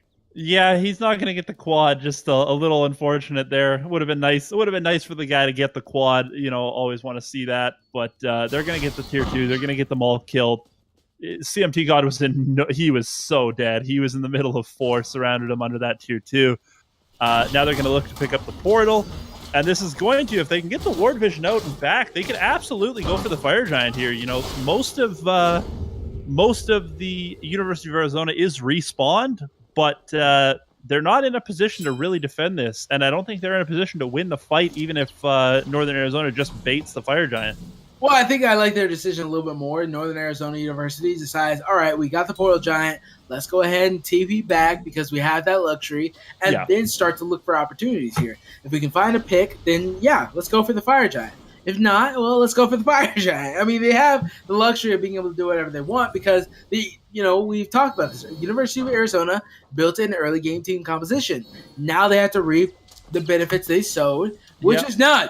They haven't gotten anything out of this. Yeah, that's the really big problem. And the only share got huge. That's really what I boiled down to. 12, 3, and 6 on that Kronos right now is awesome. And he's absolutely doing work in these fights. He got the triple kill in the last fight. He does a lot of damage at this point. And now he's just shredding this Fire Giant. There's nothing anyone can do about it. Well, Fire Giant does go down, and University of Arizona is now looking at a full 5-fledged Northern Arizona University with Fire Giant and stealing with a speed buff, giving that over to the only share who's going to be a little scary with a little extra movement speed. But, speaking of him, what is he building that's going to be, or what it has been the ultimate benefit? I mean, he's got Rod Tahuti. Okay, never mind. Everything has been giving him the benefit. Book of the Dead is a really good pickup here. It might not, you don't see it on a lot of characters. Kronos isn't a character you think of as a big life stealer, so why would he build Book of the Dead? To me, it's always been for the extra health. 200 extra health as well as the power and the life steal. By no means is that ever bad, but that extra health lets him get off extra rewinds here. Well, it's not going to be a factor here. Is he doesn't even have to use the rewind. Multiple characters of University of Arizona are already in a bad spot, taking quite a bit of damage, and he's still on the back line just doing work. Meanwhile, Medusa has made a huge impact in this team fight in particular, but at the same time, the only share Kronos has done just as much. Only 2 members standing left from University of Arizona, and the rest of the members of the Northern University of Arizona are making their way to the middle lane. Yeah, he's done over 5,000 damage more than anyone else in this game. He's up to 15,000 damage. The next closest person is Mamba on the Ratatosker, who's slightly under 10,000. So that's, this game is very much the only share absolutely putting his team on his back this game. I think this is a huge misplay, but only because Gold Fury is worth far less than another Phoenix. Now, granted, they denied Gold Fury from the enemy team, but at the same time, what's the likelihood of them feeling confident enough or bold enough to go for the Gold Fury? That aside, go ahead. I think that you have to make the best of what you have. Mumbai, I believe, was low. Kepri had died, if I'm correct. So they needed to really go back anyway. At that point, I don't think they were going to go for another Phoenix anyway. I don't think that no matter what happened, another Phoenix was the right decision. I think it was a little too risky. When you're up big like this, it's all about a slow, methodical play style here. You take one, then you take the other, then you take the other. This way you can go back, you can buy items. Kronos picks up a poly, everyone else picks up an item or two that they need. And now when they push this Phoenix again, even if you don't have the Fire Giant, even if the Fire Giant falls off by then, you're up these items that you didn't have before, and so it's going to be just as strong as the Fire Giant anyway. And then going back to the idea that you mentioned earlier where one team doesn't have a late game team composition, you're not really on a ticking time bomb. You might as well take your time. Okay. I get that. So there's nothing wrong with slow playing a game. Especially in a situation like this, there's nothing wrong with just taking it step by step. You don't want to, from step 1, you go to step 2. From step 2, you go to step 3. You don't want to get knocked back down to step 1. So just take it slow. Oh.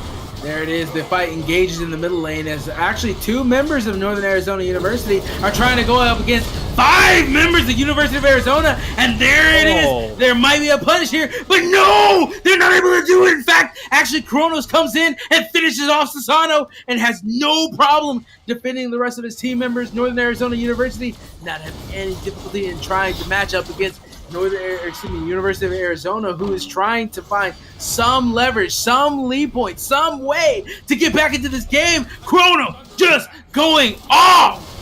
Yeah, he is all over them everywhere. This game is right at the end here. We can see, they're going to bring that down. I thought I was a little scared there for a second, but absolutely beautiful by them. That last fight was a beauty. They went in 2v5, which was a bad decision.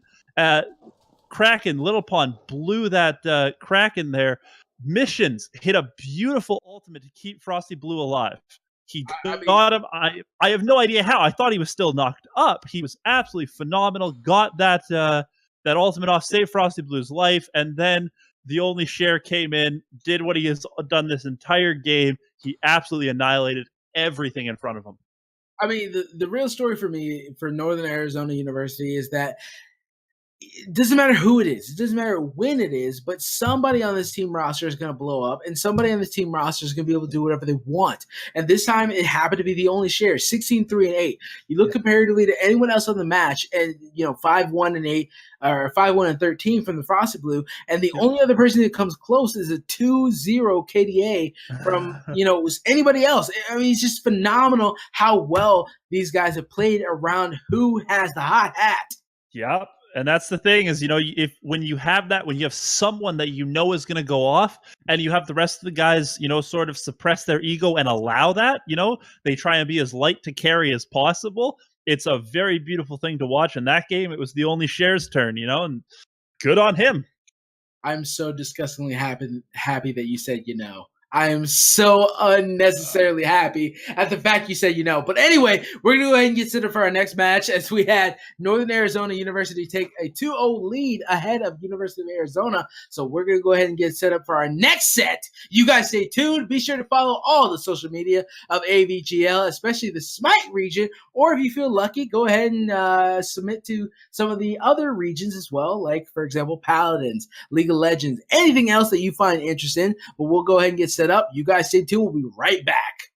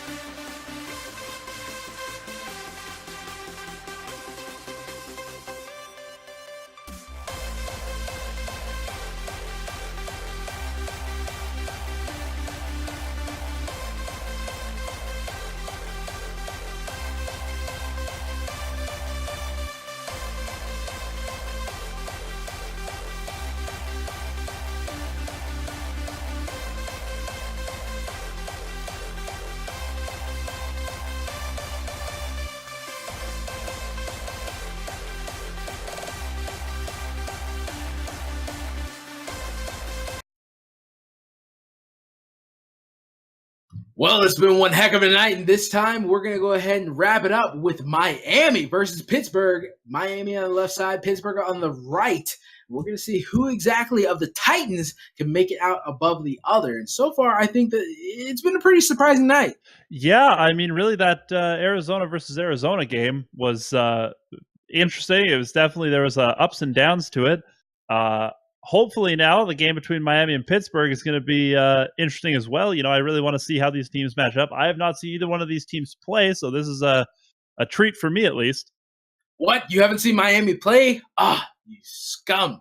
Not. I haven't either. I'm just giving you mess. So both these teams are a little bit of a mystery to the Castro crew, but that's also because we have a very busy schedule. But napping, picking up the Ratatasker first, as well as banning off the Osiris and the Ardio on the side of Miami. Pittsburgh banning off the Scotty and the Coup. It's interesting to see what they might pick up first. Yeah, there's, I like this Ratatasker. Ratatasker we saw in the Arizona game is very popular, very picked up. They both liked him. Nowadays, we're seeing him a lot. The Ravana, obviously, we didn't see in the last game, but it's still a very strong jungle pick.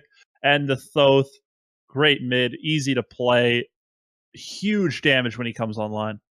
You know, even though it's been a popular jungle pick, who's to say this is not a Ravana solo? Going back to that warrior in the solo role that we saw time and time again. But I'm more interested to see if Miami actually locks in this Kazimbo, because I have no idea where it actually is going to go. He's not bad. Like, as much as people think of him as a troll pick, he's actually a pretty good solo laner. He can just sort of walk at you, and there's not a whole lot you can do. Because if you shoot him, you kill yourself, and if you don't shoot him, he kills you. It's a very interesting pick. It's a very weird solo laner if you haven't practiced it. It also works decently well in the jungle. It does kind of mess with your team a little bit. You can get invaded, so it's not always the best thing to pick up.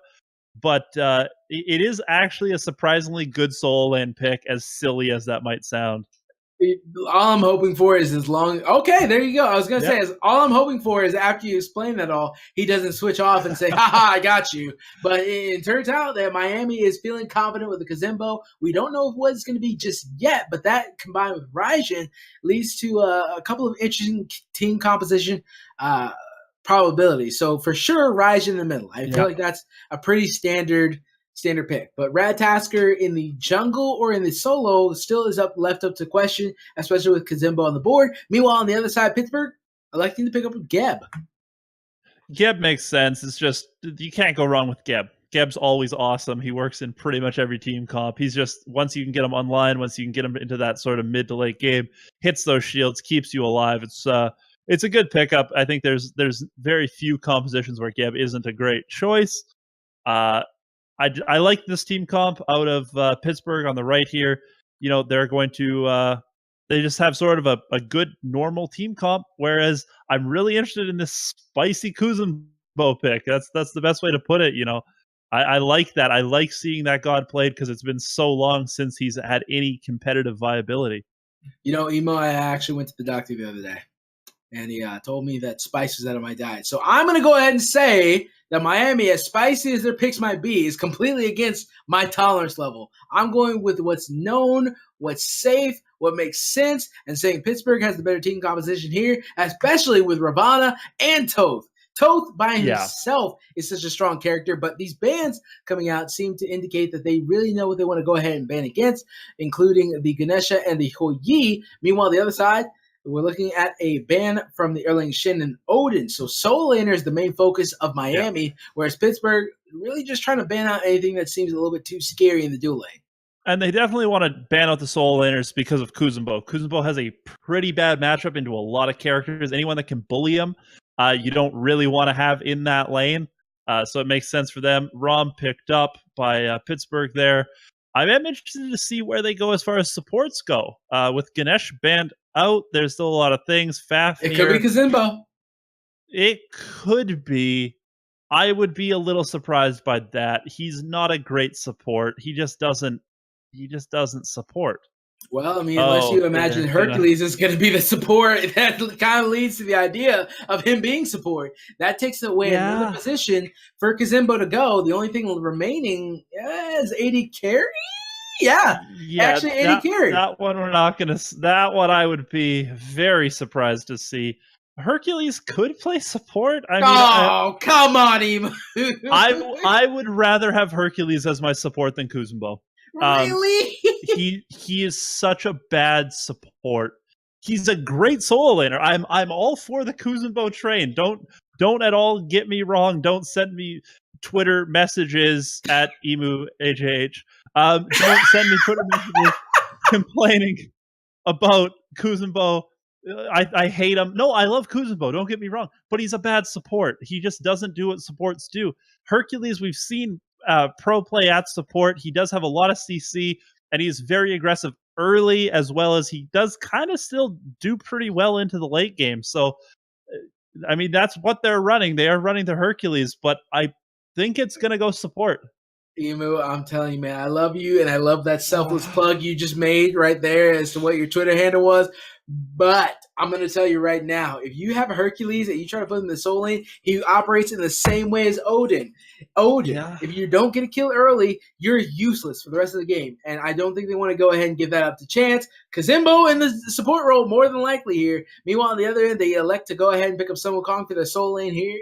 So you're looking at a dual lane of Rama plus Geb, and then Sun Wukong in the soul lane with Toth in the middle and Ravana in the jungle. I don't know. You go ahead and let me know who you think is going to win this one based off the picks, but I'm a little bit more lenient towards the right side with Pittsburgh. I need to see where this Kuzumbo goes. I think Kuzumbo, if he goes into solo, there's a big one there. I don't know who's gonna win. I think You've given up. Pittsburgh has, I think, the advantage as far as drafting goes, but I just really love that Kuzumbo pick.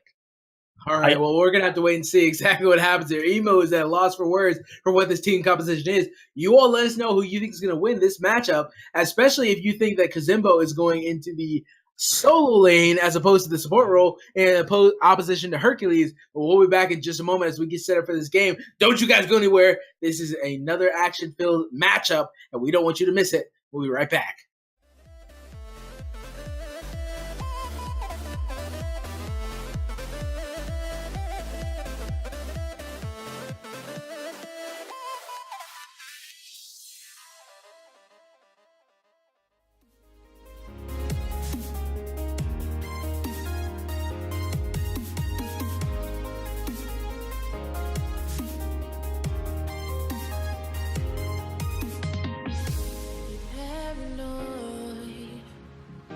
This love that you never started, you once destroyed a broken heart that was already shattered. Holding on to what we have, you take us to the edge and back. Holding on to what we have, you take us to the edge and back.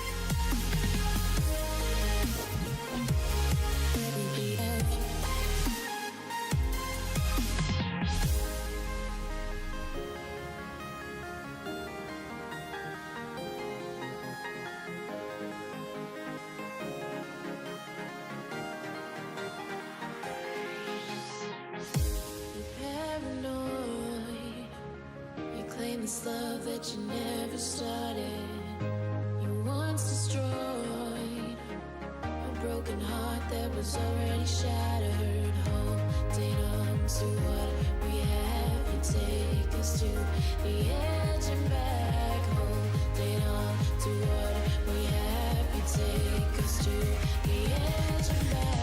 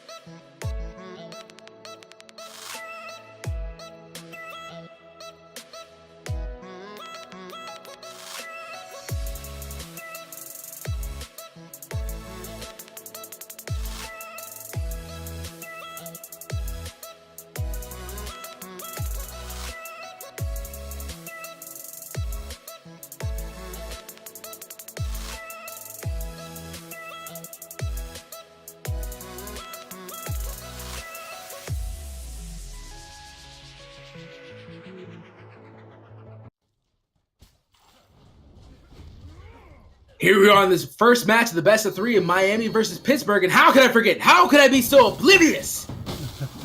Code of Honor. Excuse me, not Code of Honor, but still, at the end of the day, Code of Chivalry. It's a bunch of skins going your way. If you wait till the end of the stream to go ahead and pick that one up, you need to be here to watch it to get a potential of getting it. So just go ahead and stick around to watch and see if you can get a chance to win a bunch of skins, including Tyr, Osiris, and a couple of other people as well. But this game is what we're focused on right now as Miami versus Pittsburgh. Both team compositions looking very interesting. And hold on, let me check. I want to go ahead and confirm this one. Oh, look at that. Kazimbo in the jungle. Wait, is he? No, he's the support. Ah! Told you. You definitely told me. I still think he's a better solo laner, but he is definitely being played in support.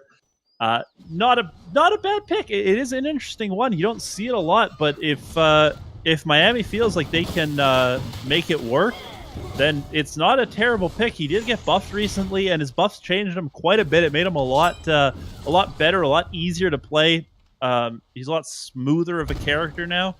I really do like him. As a support main myself, I'm guilty of playing him quite a bit. So, well, don't get me wrong. I'm a part of the HAA, the Hercules Association Anonymous, as he actually is doing pretty well. But I think Hercules is an underrated character. He's always been an underrated character. There's only been a few times where Hercules has been appreciated as the top tier solo laner, but it all comes down to whether or not you can hit that Earthbreaker, whether or not you can appreciate his health regen, whether or not you can understand exactly where he benefits. And one of the big benefits he has is being able to use his ultimate as a wave clear as well as a damage dealer.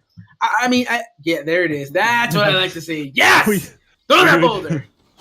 It's like he heard you. It's like he heard you say that, and he had to show off how he does it. He's like, yes, I understand you, Major. I understand how Hercules works. And he had that telepathy connection to say, all right, well, let me go ahead and show you that I understand that Hercules is a valuable character. But both these teams, I'm excited to see exactly how they play because, last game we saw both North Arizona versus Arizona University play to some degree of evenness, but it wasn't completely even. I wanted to see a little bit more back and forth, especially since they changed entirely how they played based on what they thought they needed to change, which is their late game team composition versus an early game team composition.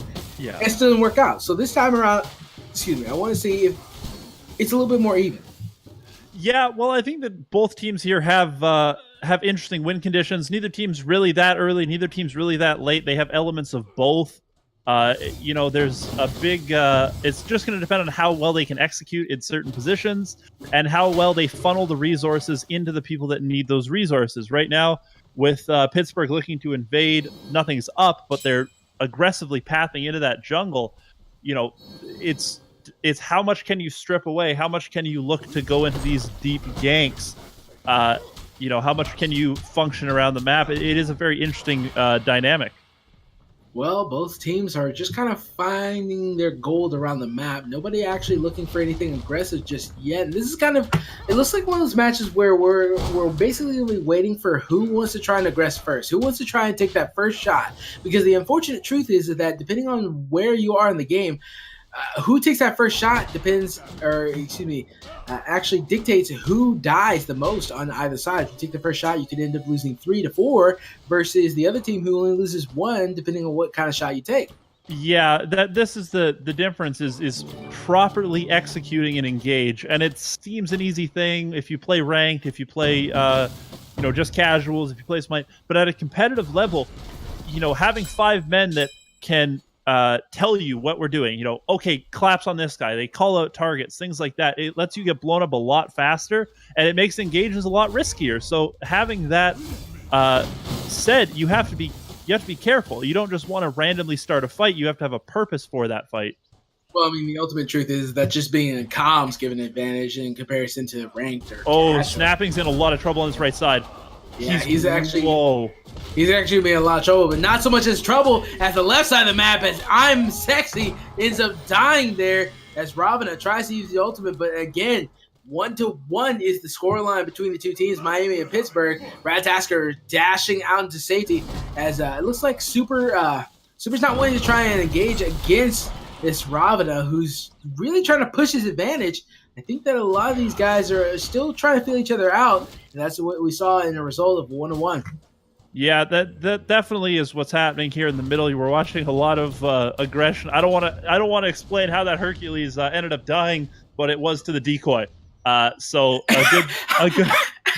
Yeah, I'm sorry. Go ahead. A good solo by the Wukong. I guess not really a solo. His decoy was there. That counts, right? That's not a true solo. That's solo. That's solo and embarrassing. I wish you wouldn't have said that because I feel bad now. But over in the soul lane, it's really hard to deal with Song Kong. Song Kong, in recent history, has been a strong soul laner. He hasn't had his time to shine for a long time. Meanwhile, Hercules has always been somewhat relevant. He hasn't been exactly the most top tier of characters, but no one could actually say for definitive fact that Hercules is just not playable in the soul lane. That's always been a truth. So the fact that he's now all of a sudden having a little bit of a down period makes sense to me. Meanwhile, over in the jungle pit, we're going to see the fire giant creeps taken by the members of Miami, who's actually been pretty good so far. Yeah, Super Buddha Pig here on this Ratatoskr has really been all over the map. He's been really aggressive. He's been leading them as, he's sort of the catalyst behind them doing well. They sort of follow him around and make the right calls. Snapping's in a lot of trouble on its right side, though. They can look to dive him a second time. Second time is all it's going to take, as he's going to get dangerously low. There it is, Sun Wukong Ultimate coming out and donking down on the Hercules to go ahead and pick up that kill. 2-1 scoreline is red, but it might be changing here soon. Ratatasker coming in, trying to find the kill onto, he is going to get it onto the Sun Wukong, and it's up to Ravana to try and find the revenge. One more ability should do it. There it is. That's going to be a crypto finding the kill on a Super Buddha Habig.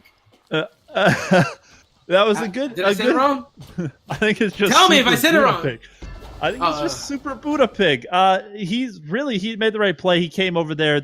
A crypto made a beautiful gank onto snapping.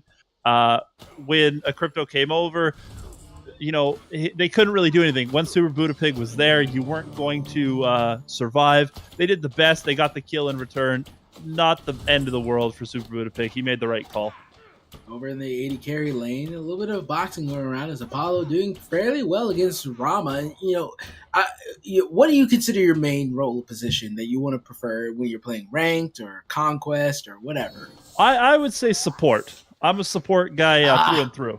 I can't hit abilities. I know so many supports. This is hilarious. I have one friend who would be really mad at me if I said I know another support. Anyway, that being said, what's your thoughts on Apollo versus Rama? Because right now, Crit on the up and rise. Apollo doing well because Devourer's Gauntlet is doing well. Rama still does well with the Devourer's Gauntlet. He's a character who actually does, in some cases, better than Apollo with Devourer's Gauntlets. Who wins that matchup? Well, I think that both of them have pros and cons in the late game. I think that Rom, if he could build Crit, is a little bit better. However, I really think Rom shouldn't build Crit this game because of Kuzenbo. I know I've said it earlier, but with the Hide of the Nemean, as well as the Shield of Thorns, as well as the Spiked Shell, all that damage is coming back to you. If you start building Crit and you hit Kuzenbo for one crit that's 600-700 damage, all that damage is coming back to you, and you'll end up killing yourself more often than you'll end up killing him. A little bit of a boxing match coming out between the Apollo and the Rama over on the left side of the map. Apollo still not having any real damage behind his name, so he's just going to miss out on that. But hold on, the real fight's happening in the Gold Fury pit as Cataclysm comes out. Oh, Divine Judgment doing a ton of damage. James comes in to try and find the kill, and a double kill for a Crypto, who's able to find a little bit more. James finding a double kill of his own. And now, can Apollo get out is the real question, as he surviving may be the winning factor for Miami, who did lose the fight overall, but at the same time might win the war. It looks like it's going to be the story of this game. Apollo able to survive. Yeah, he was great there. He ulted in, he got the kill in the back line, then he came into the actual fight and ended up, a Karaguro? I don't know, something like that. Wukong ends up getting the kill over there in the soul lane. Hercules had a really tough matchup. He's died 3 times already. That's not great. He's really behind now. But Jams over there was beautiful in that fight. He's doing the right things. Now he's looking to get aggressive in this left lane. Yeah, he's able to get the kill. And in fact, actually, there was another kill in the middle lane as well as Raijin finds one of his own. It's been a huge bloodbath for both sides. And I really respect the fact that both teams are having they're not really having any hesitations in trying to go for kills. They recognize that ultimately the game is a story of kills up to a certain point where it transitions to objectives. I like this style of play, but to answer your earlier question, a crypto. Crypto is the name. There's a crypto, and then there's Akagar, the Wukong. How do you pronounce that? I have no idea. Akaguru. Imagine you're watching anime. Imagine you're watching anime. Be as weeb as possible with it. I have zero weeb tendencies at all. You're on the internet. No. I know it's not tasteful on the internet to make fun of anime, so I won't. But I will say I've seen like 2, and one of them was Dragon Ball Z. So that's fair. Not an anime guy, I guess. That's fair. I'll accept that. But here we are, 11 minutes of the game, 6-7 in the recent score line. Meanwhile, the goal differential has spiked up and down. No real definitive point for either teams. Mid Furies are going to be taken by the Miami team on the left side, and they might actually look for an engagement here, but it doesn't look like anybody wants to try and fully commit. Paulo just split pitching on the left side of the map, and meanwhile, over in the middle lane, 3 members of both sides just kind of hovering around. I do really like, I want to point out just quick before anything happens here, beautiful pull by that Kuzumbo under tower. The Raijin has gone into Doom Orb. Yeah, he's able to get the Doom Orb off, but unfortunately that's going to result in Raijin coming off with a lot of damage. That's Radtasker coming on the backside, and a lot of bursts coming in onto this Summoner Kong. He's going to be forced into an awkward position, and he's actually might not be able to make it out of this alive. Hercules driving strike, not going to make it. There's the ultimate coming out from him as well. And yeah, that full stance. This is a big fight. Akero there was trying to get that Raijin, but he ended up going a little bit too deep, and the rest of this Miami team is going to pick him up. Pussycat there, being able to not die is huge. He has that Doom Orb fully stacked. If he died, he would have lost half the stack, so it's very big that he didn't die there. That's a huge one. Now snapping in mid is absolutely annihilating this Rama right now. But the other story to talk about here is that we see Miami taking the Gold Fury here. They should be able to get this one. And meanwhile, Geb coming around, and he thinks smarter and goes ahead and backs off just slightly. So Miami leading the score right now, 3,500 to 3,200. Only a 3K deficit in 13 minutes of the game. This is a lot closer of a game than we saw last time. Yeah, absolutely. This is a very, both teams have pros and cons. They've made good decisions. I think that Miami needs to just keep doing what they're doing, really. I mean, they're doing all the right things. I think that Pittsburgh needs to sort of shift their focus and focus more on this Raijin.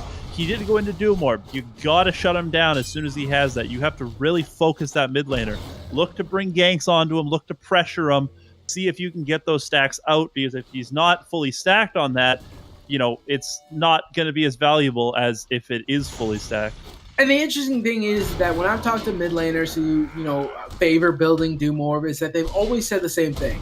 Hey, if you don't die like every 2 minutes, it's still a heck of valuable item. You don't really lose that much here, but here it is. That's going to be the Doom Orb showing its call. Oh, the damage! It's absolutely ridiculous. That's coming out just from Raijin as Kazimbo gets the final tick onto Geb. That is absolutely insane. Yeah, Raijin right now, he's so big. He's up 3 levels. He has that Doom Orb fully stacked. He's going to pick up this red buff now as if he needs more damage. They're going to look to go on Rom here. Rom's very, very low. He's out of position, and he's absolutely going to get punished. I don't really see a world where he lives this one. Yeah, he's going to be taken out. That's going to be a tier 1 tower on the left side going down. First tower, actually, of the game, going down at 15 minutes practically of this game. I mean, I'm really favoring Miami here. They've taken the risky plays, and they've absolutely been blessed, not punished, blessed by their decision-making as they go ahead and take out a crypto in a very favorable fashion. Yeah, I think a crypto made a bad decision there to try and go in. I don't think he was going to get anything at all out of that. I think he needed to just get out as quick as he could. Apollo's going to split push down this left tower. I think that this whole Miami team is really doing the smart thing, and they're playing around Pussycat there. He's got that Doom Orb stacked up. He's going to be able to go back at any time and get, assumedly, maybe a Spear of Desolation, maybe a Spear of the Magus. There's a lot of interesting things there. I think that right now they've really got this game in hand, and it's going to be interesting to see what Pittsburgh does to sort of this bleeding. I think they really need to shut him down, though. Well, I mean, where does it start? Where does Pittsburgh actually stop the bleeding? And even more so, where do they start to lead back into the game? I imagine it's Toth, but he's looking very unfavorable right now, leading in death in the entire game. So where else could they go?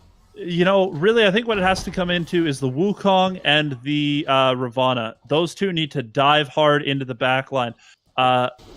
Snapping is almost, he's died 3 times early, and now he's completely even in level. So I think that's a huge one over there. He's done a really good job. But I think that Wukong and Ravana need to be diving onto this Raijin. Yeah, it doesn't exactly matter right now, as it looks like Miami has no fear of any member of Pittsburgh, just taking on all and every member of Pittsburgh with whatever reckless abandon they have. Looks like they're able to pick up 2 kills instantly, but looking to try and pick up a 3rd. They should be able to get this one. There it is. Gab going down. Meanwhile, Apollo wrecking havoc on the backside with Ravana in the desperate retreat. And that gives all the opportunity for Miami to go ahead and pick up this Fire Giant portal and maybe pick this one up, assuming that, never mind, they're just going to blow him up. They're just going to absolutely blow him up. The ultimate saves him from the CC from Apollo. He should be able to get out just fine, but he still has to walk out. There's no him staying. No, he definitely has to leave. You can't at this point be trying to do anything. Raijin's going to come back here. Pussycat went back and go. Okay. I think Apollo mezzed out his dash. He did. Yeah, that was beautiful mez. He did. That's the beauty of having the mess, is that if you can sense or if you can predict any kind of, I do that sometimes myself. I don't want to brag about how great of an Apollo I am, but I sometimes read dashes and say, all right, and all of a sudden they just don't go anywhere. But yeah, at the end of the day, if you try to go ahead and go toe to toe with Apollo, Ravana dancing out of the Ratatasker ultimate as Ratatasker doing quite a bit of damage, finds the kill onto Toth. He's just looking for a little bit more here. They've already gotten the Fire Giant portal. They want to go ahead and try and find a couple more kills to give them an opportunity to clear out the Fire Giant. But, if you find yourself an opportunity to clear someone out of their dash or CC someone out of their dash, it takes the cooldown. It's the beauty of going up against your Blanque. If you mess him out of a dash, Rising Jaguar, then all of a sudden, he's just standing there like, oh, crap, I have to deal with you. I actually have to box you. Yeah, you don't have a whole lot of options if your dash is down, and I think that they're committing hard to this Fire Giant. I really dislike Pittsburgh over here. They're basically giving it up. They've completely ignored that this is happening. Wukong is going to come over and he's going to do his blue buff. Well, the main question is do they know it's happening? Because I don't see any wards for either side on this objective, and now all of a sudden you see Hercules just boxing out with Sun Wukong, and it looks like nobody even knew. So the sound cue is the only reason that they knew that Fire Giant was just completed. Yeah, and you brought up wards there quickly. That's a big one in this game. Almost no wards placed. I mean, Hercules actually has 0, but totally that team doesn't have very many wards at all. They have 10 placed this entire game. The Pittsburgh team here in total. You need more than that. You need to have vision at all times. Vision is so important. Knowing what's going on might have saved them a Fire Giant there.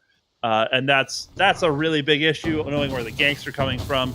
Just wards. Wards win games. I know that's the most cliche thing to say, but it's the truth. Well, I mean, the unfortunate part is that the ultimate question is that would wards have honestly saved them from losing that Fire Giant? Like, it's really unfortunate to say, but I honestly wonder, does Pittsburgh have the gas, the steam to go ahead and say, all right, well, we know you're doing Fire Giant, but can we stop you? Well, maybe it wouldn't have, but it would have helped. And that's the thing is, knowing that it's there and going, well, we're just going to ignore it is a lot better than going, we aren't even aware it's happening. Knowledge, the wards are vision, and vision is knowledge, and knowledge is what allows you to make good decisions. And good decisions win you games. That's what Oh, it just boils down power, to. kids. Cataclysm comes out of the middle lane. They have an opportunity to go ahead and win this fight over in the middle lane, but it's not going to matter much as the rest of the members of Miami are just way too far ahead. They are able to get at least a kill onto the Pussycat, but at the same time, too much force coming out from Miami, who is now standing on top of the members of Pittsburgh 4-1. Only member standing is Akaguro. It was in the middle lane. Hey, I tried to be Japanese about it. It didn't work out. I'll go ahead and take my losses, but at the same time, I don't have to take a loss nearly as heavy as Pittsburgh in that last fight. Hercules knocking the Sun Kong back into an unfavorable position, and Middle Phoenix is likely to go down. Yeah, I think that this is great. Really, Pussycat on that last fight did the right thing. He got all his damage off, and then he died, and that's not the end of the world. You know, that's what, like, it's, well, yeah, but all his damage was off. Like, it didn't matter anymore. Like, as a mid laner, once you've done all your damage, who cares if you die? You've done your job. But that sounds so depressing. Like, you did all your damage and you died. There you go. He did his role, and his team won because of that. Yeah, he gets another, he gets a death on the slash line, but who cares? He got his team what they needed. You know, he got off as much as he could, and then he was dead. It doesn't. He's done. Like, good for him. That's all. You know, no one can be mad at him for that. Absolutely great play by him. The only thing now is he has to go back and stack that Doom Orb up, but that shouldn't take him very long. Raijin clears waves incredibly quickly, so. I think the main thing here right now is that do you merit the idea of selling Doom Orb? Like, you've lost half of your stacks, and it's no guarantee you'll keep those stacks in the next, say, 10 minutes, which is longer than what I predict this game is going to last. To be honest, but do you sell that for, say, a Bancroft? I mean, do you sell that for something else? Maybe a very cheap pin item? Not yet. I think you can still hold on to it.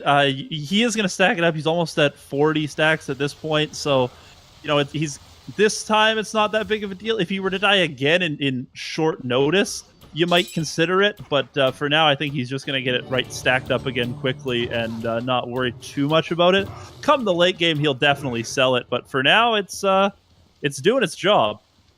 Well, it's bringing a lot of power here as a couple of members of Miami just breaking down this tier 1 tower. In fact, actually, this lane is the only lane with towers remaining.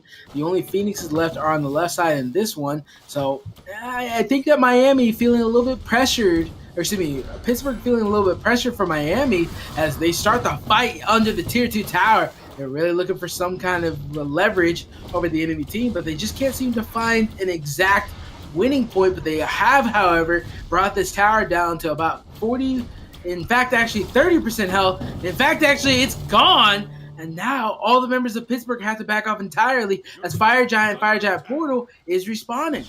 And the minions are pushing into their base. They'd have to both respect and recognize that, as well as deal with the fact that the Fire Giant is now the biggest focus of the game. So, Pittsburgh had the huge advantage, or Miami had the huge advantage there of not needing to go for that tier 2 tower. They could slow play it. They had minions pouring in, and now they're going to get it. Snapping's in a mild amount of trouble. No, Gab missed that Cataclysm. Snapping can just walk out. The rest of his team's going to come through that portal. Oh, Jim Boozy's in a lot of trouble.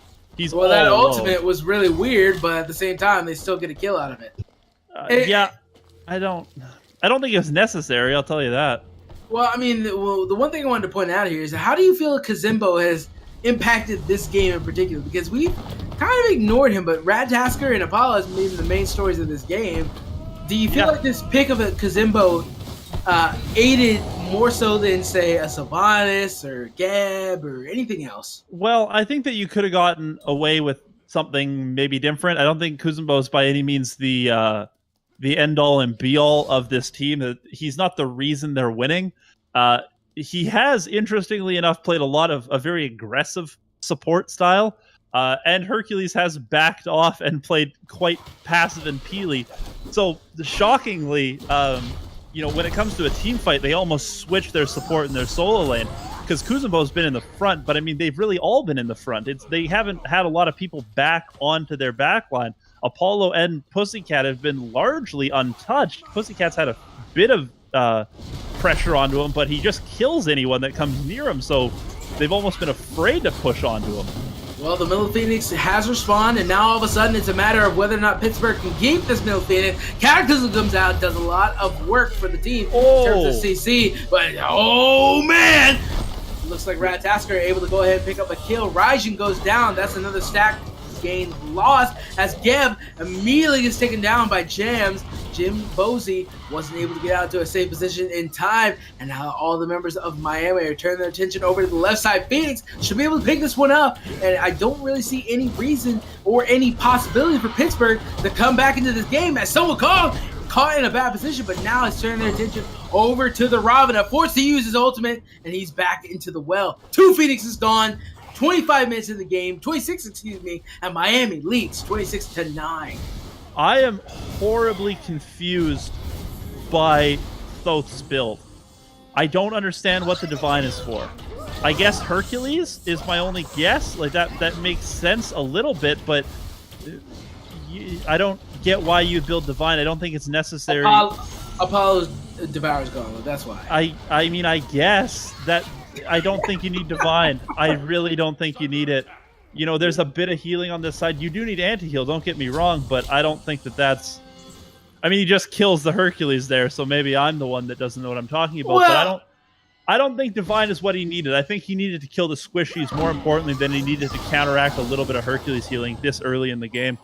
I respect the fact that Hercules made the line of play he did, because if you look at his build, all physical defense. You look at Breastplate of Valor, Mystical Mail, Hide the Nemean Lion, 0 magical defense, which is fine, but at the end of the day, you recognize that you're going to get caught out or killed by anyone else that has magical defense, or magical offense. So he decided to go ahead and say, all right, let me just go ahead and make sure that none of my other teammates are going to go down here. Plus, we have 2 lanes of fire minions pouring into the base.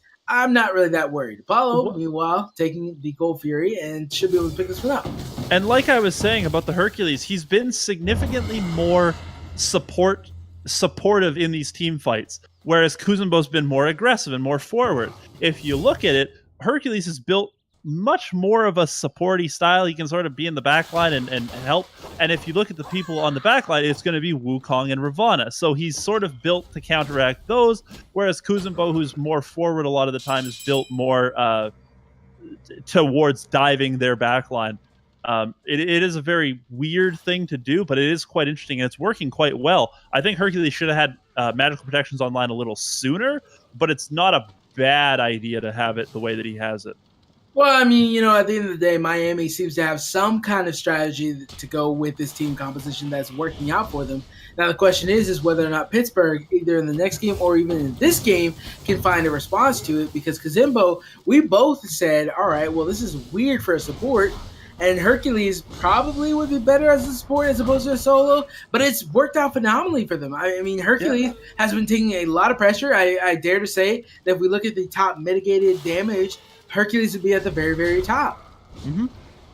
And I think that this is the biggest thing is, like, if you watch right here, like, Kuzumbo's up in the front. He's definitely the one that's looking to do the engages. You know, Hercules pulls him into the back now, and now, you know, they're really going to... Oh, the Cataclysm was beautiful out there. Raijin trying to do some damage. You got hit with that final Judgment. There's a big fight in the back line. Beautiful snipes by Rama. Bring down Pussycat.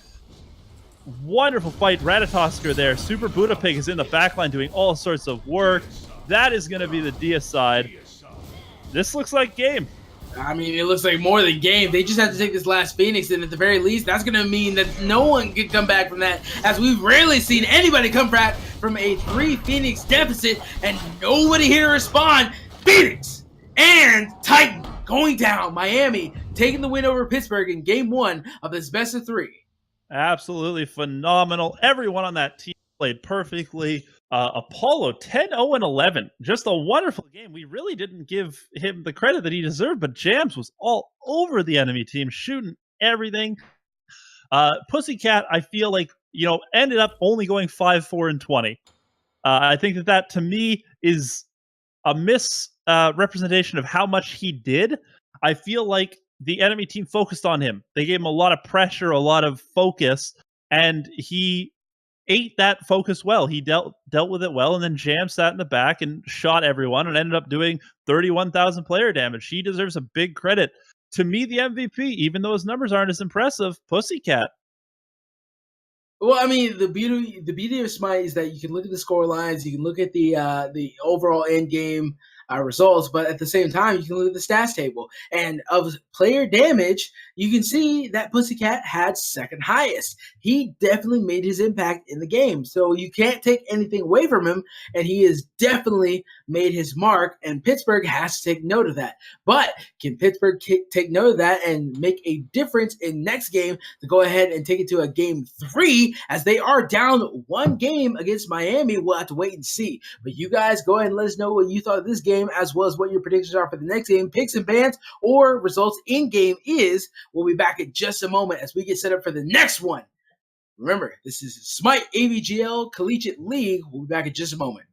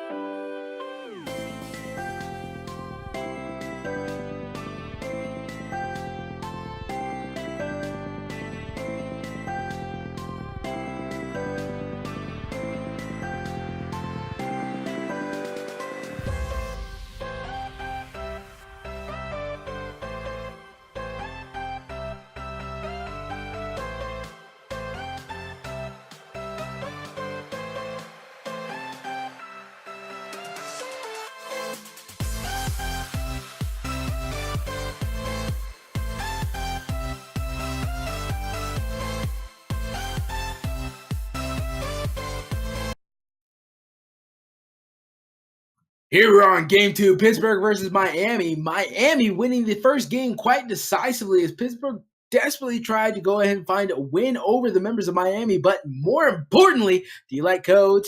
Do you like chivalry? Well, how about a chivalry? How about a code of chivalry code at the end of this stream? Go ahead and stick around to go ahead and watch for an opportunity to win that one, as you may go ahead and win a lot of skins, honestly, for Smite if you stick around. So if you like skins and you like codes, well, there you go. Yeah, I'm quite jealous of that. I'm not gonna lie. I didn't. You don't have one? No, so little jealous of whoever does win. I'm also a little interested to see who wins this game. Segue.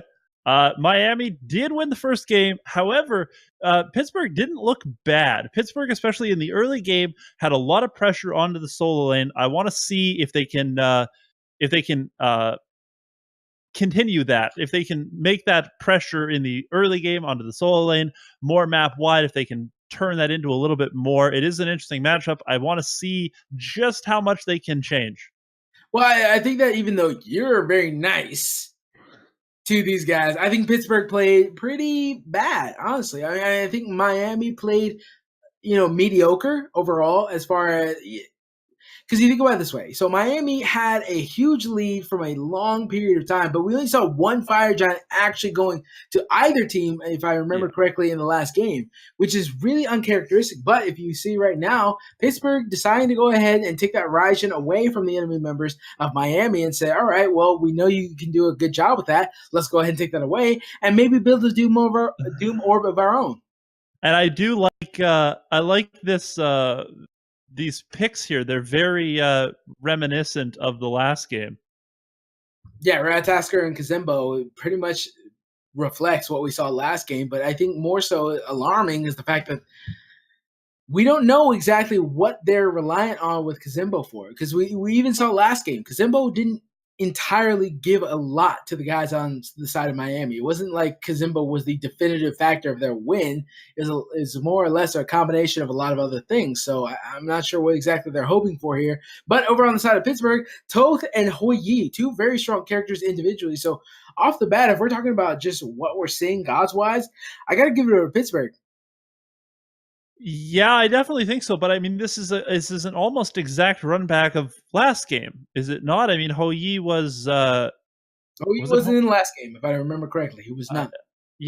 But the Thoth and the Ravana are there. Yes, they were. The Ratatosker, the Kuzenbo. So it's a very similar matchup. I want to see if Pittsburgh thinks that maybe they didn't lose because of the matchup. They just want to. The picks, they just want to run the matchup a little differently. There's the Hercules again. So it's very, very similar. Actually, you were thinking of Florida versus North Florida, which the Hoi Yi was.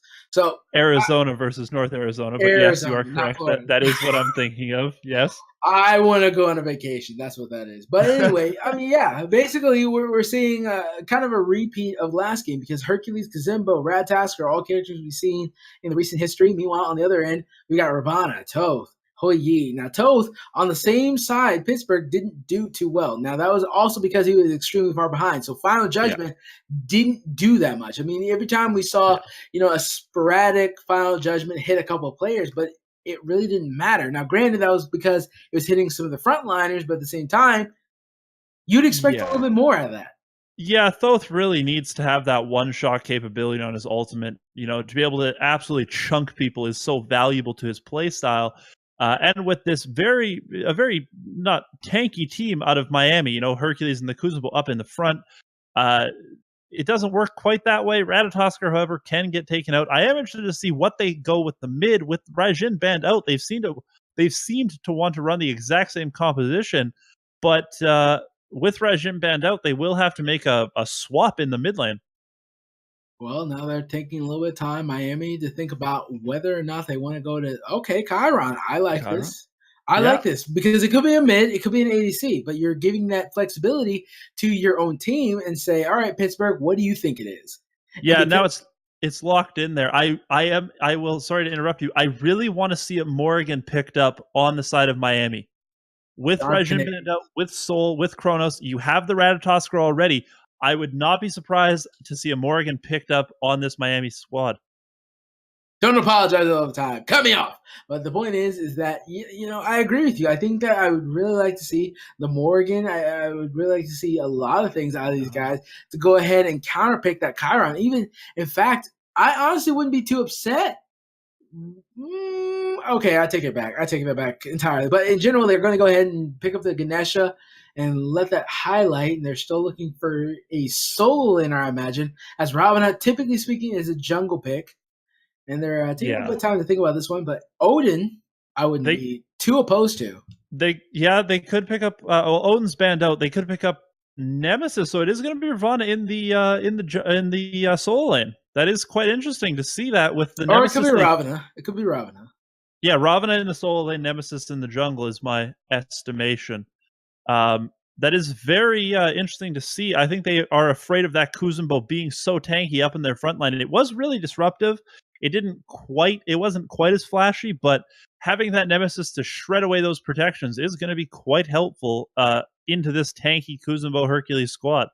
So, assumingly a mid laner left on the side of Miami to go ahead and pick up.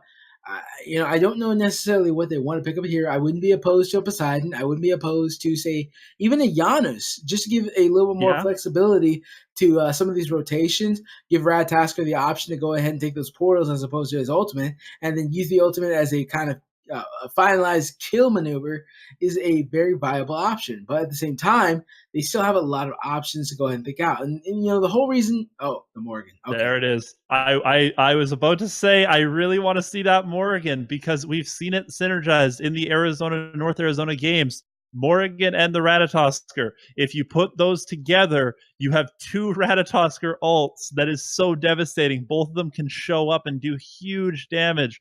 I really like that Morgan pickup. I think it was a smart pick in that composition. Well, now it's up to you guys to go ahead and decide who you think is going to win, not necessarily who's going to win, but at least what the fan favorite is as Pittsburgh goes against Miami. Miami 1 up against Pittsburgh. Who's going to take this one? Who's going to take the final match of the evening? You all decide, or at least you all give your input who you think is going to be. We're going to go ahead and get set up for the game. We'll see you all in just a moment. Don't you go anywhere. We'll be right back.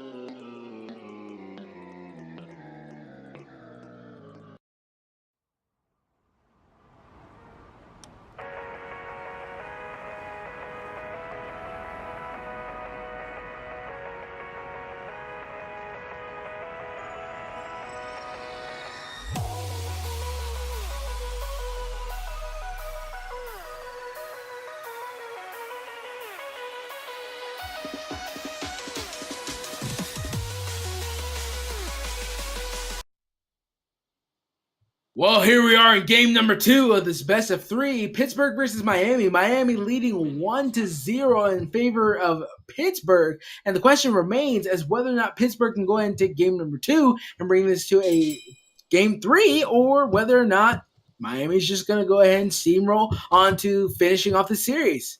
Yeah, and I believe, I could be incorrect, but I believe Akagaro has made a role swap to the ADC with the Hou Yi. So that's going to be an interesting thing. Maybe there's a change there. Maybe they forgot to trade. I don't know.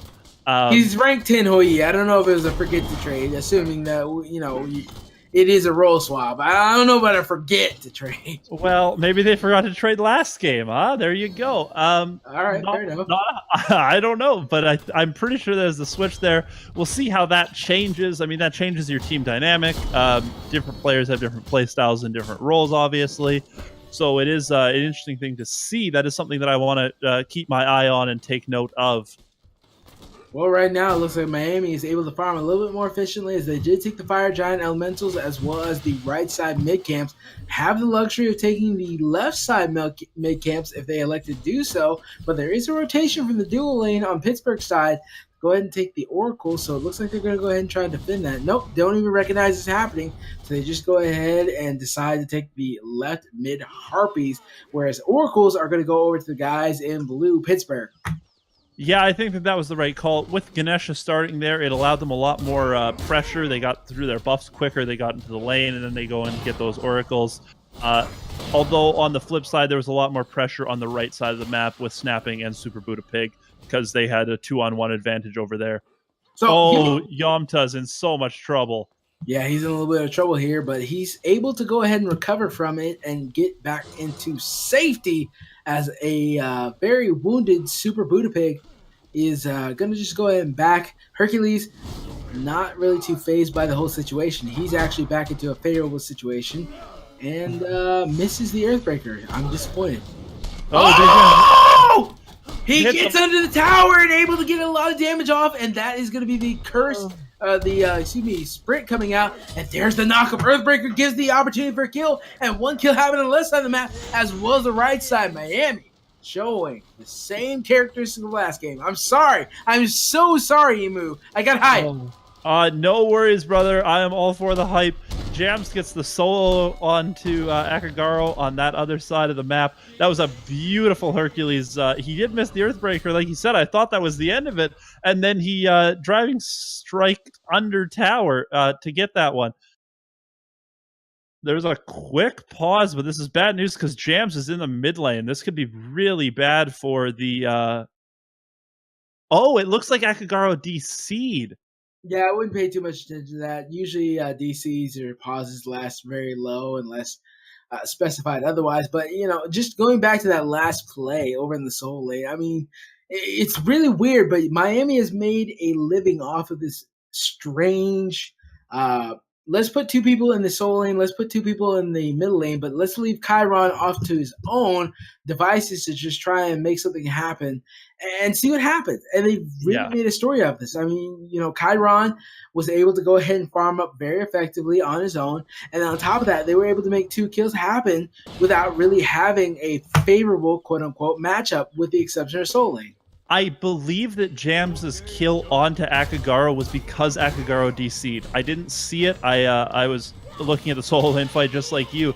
But with Akagaro DCing and having to pause right after he died, it is my belief that maybe he DC'd and Jams either didn't realize it or just, didn't want to do the gentlemanly thing and let him go. It's a competitive thing, got the kill over there. I'm not 100% sure, but my guess is that he DC'd, and that is what caused him to die over there. Look, if I'm going to be honest, if we're talking about money, especially $10,000 prizing pool, no, I'm not a gentleman. Yeah. I'm not a gentleman at all. There's lots of times in life to make friends, but when $10,000 is on the line, you don't worry about it too much. I'm just gonna be honest with you. Like, we're talking about like a lot of money, yeah, no. But if we're talking about just like bragging points, yeah, go ahead and be friends. But this is not bragging points. This is actual, real American dollars that we're talking about. So I mean, I understand completely the idea of saying, all right, you're having network issues. I have no problem taking advantage of that. But right now, scoreline reads 2-0. 5 minutes in, we're looking at 15,000 versus 14.5 thousand. Excuse me, 15.5 versus 14.5. So only 1,000, goal deficit. Nothing too extreme. But so far, it's looking at a repeat of last game where Miami has complete dominance over the last game. Yeah, absolutely. And the interesting thing on this Miami side that I'd like to point out is they do have 4 Bumbas masks. Everyone except for Kuzenbo has picked up the Bumbas mask, so it's going to allow them to clear farm very quickly. That is just something to keep an eye on. If they are doing buffs or whatever, they will heal and get extra gold out of it. So look to see them very aggressively into these jungle camps, although they do, they can pressure early into it. Well, there's a big group of people over near the solo side. I don't know if they're actually going to go for it, but yeah, here it is. That's going to be a heavy 4-man rotation coming out onto the solo side as Ravana forced to use the ultimate, but he's already used all of his kit, the immunities and everything, just to try and get out. And there's not many scenarios where you get out of that situation. Now it's a question of whether or not Chiron can live, and on top of that, whether or not he can avoid. No, he's dying. Yeah, he's definitely not getting out of there. The smart play there by Pussycat in that left lane to turn into the Nemesis. Oh, Super Buddha Pig absolutely annihilated there in middle lane. But this Kazembo getting the dash off was able to at least put the Nemesis out of position. Unfortunately, nobody there to capitalize. But the main story here is that a 1-for-1 trade and nobody took the Gold Fury. I think that we had to give that win over to Miami just on sheer fact of momentum. Yeah, I'd agree with that. I also am really interested to see Morrigan. The Morrigan has gone into Traveler shoes. Not something that you see a lot on mid laners, but Pussycat, maybe he knows something I don't. Maybe he wants that extra movement speed, that extra farm, something. There's extra gold to be had by them, but it does really, 10 penetration is what you're giving up there over Shoes of the Magi, and that's very valuable, especially in the early game. Well, the only thing I can imagine is that you're taking advantage of the fact that you're out of combat a lot of times, which you get extra movement speed when you're out of combat. Or excuse me, extra HP 5 when you're out of combat. And extra movement speed when you are walking around. So when you go in Biz, there's a couple of opportunities where as the Morgan, you can go ahead and just take advantage of that. But I imagine there's a European strategy to go along here. Now, granted, I don't like the European strategy here, but I can see why.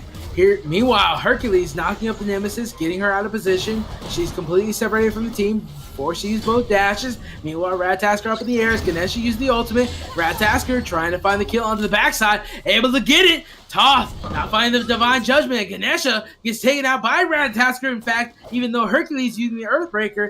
And it is a huge bloodbath in favor of Miami. Yeah, Miami's really starting to pull away with this, just like they did in the last game. They had a little bit of a rougher early game last time. This time they're a little bit cleaner in getting into this mid game, sort of getting these early kills. They're starting to amass a 2,000 gold lead, so this is a pretty solid start for them at this point, at least. Well, I mean, they just played so consistently for a majority. Oh, Yumta's in so much trouble. Super Buddha Pig on that left side. He has to be. Oh, luckily he got that out. Super Buddha Pig, I could see him was going over for that. Yumta, smart move to immune out of that. Yeah, he was in a lot of trouble here. I think that he recognized that he's going to be the focal point of attention for a lot of the members of Miami, and just recognizes that he has to play very safe and very cautious to go ahead and make sure that he doesn't end up giving his life too much, because they're already at a disadvantageous position. They have to make sure that they don't give up anything else to make sure they have a chance to win this game. Yeah, you don't want to fall any further behind than you already are. Everyone's down. Yumta's 2 levels down over there, so it's a little rough. It's going to be an unfortunate thing. He can't really fight into snapping anymore. So it's just a very interesting... it's an interesting thing to see of how they're going to come back out of this. Pittsburgh in kind of a bad spot just as far as the game goes, whereas Miami taking that first game and they're looking to steamroll this momentum into this one, and they've done a good job of it so far. Oh, Hercules finding the pluck onto Yuta over in the soul lane and already getting a lot of oh my Oh, god! he That is is so low. almost a kill onto the soul laner as the jungler rotates in to try and make sure that nothing bad happens. Teleport used immediately by Yumta to try and get back into lane and maybe pick up some of this farm, as well as make sure that not too much damage is done onto the middle, or excuse me, the soul lane tower. But meanwhile, in the middle lane, there's a little bit of aggression coming out, and I think that Miami's really trying to put the close on this book. Yeah, I think Miami's definitely a I think they're feeling themselves a little bit. They have some confidence. They feel like they can do these things. Super Buddha Pig obviously being very aggressive going forward there into Jim or I'm Bexy. Oh, this is a very tight a tight game. They have amassed only a 2,000 gold lead. They're not that far ahead at this point. Oh, but here it is. Radtasker coming up on the backside. He wants to go ahead and jump onto and kill a crypto caught out in the back of his back harpies. Or excuse me, the back of the enemy harpies. They're really able to control the pacing of this game, but they might actually Pittsburgh able to go ahead and find the revenge kills onto a couple of members of Miami, as Miami trying to go ahead and respond accordingly. As Jams double kill, he's looking towards a third kill onto Yumta. Misses his abilities and still able to, however, get the triple kill. That's going to be a big win for the guys on the side of Red Miami, who's turning their attention over to the Gold Fury.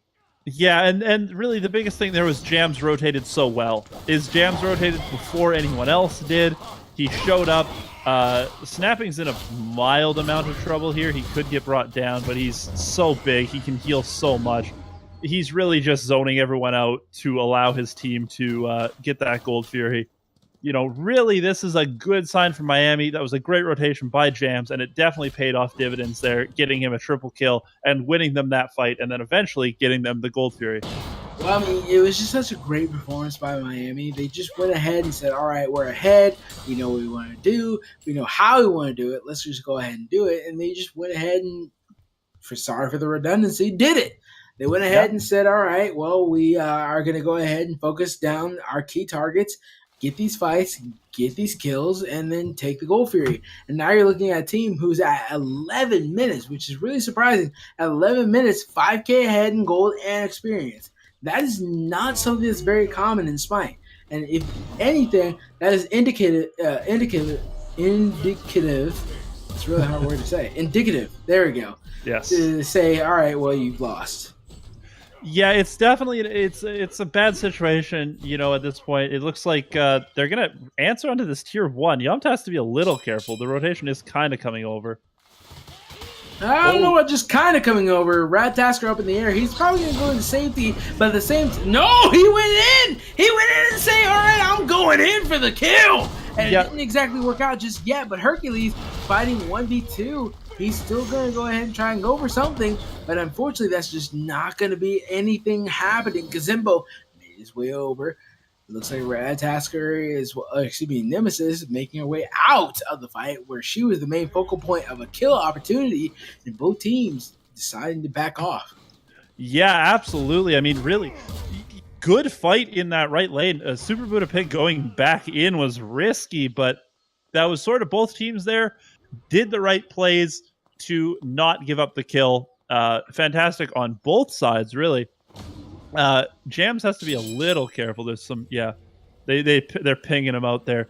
He was around. He had a lot of risk, but all in all, not too bad. Now there's a big fight in middle lane.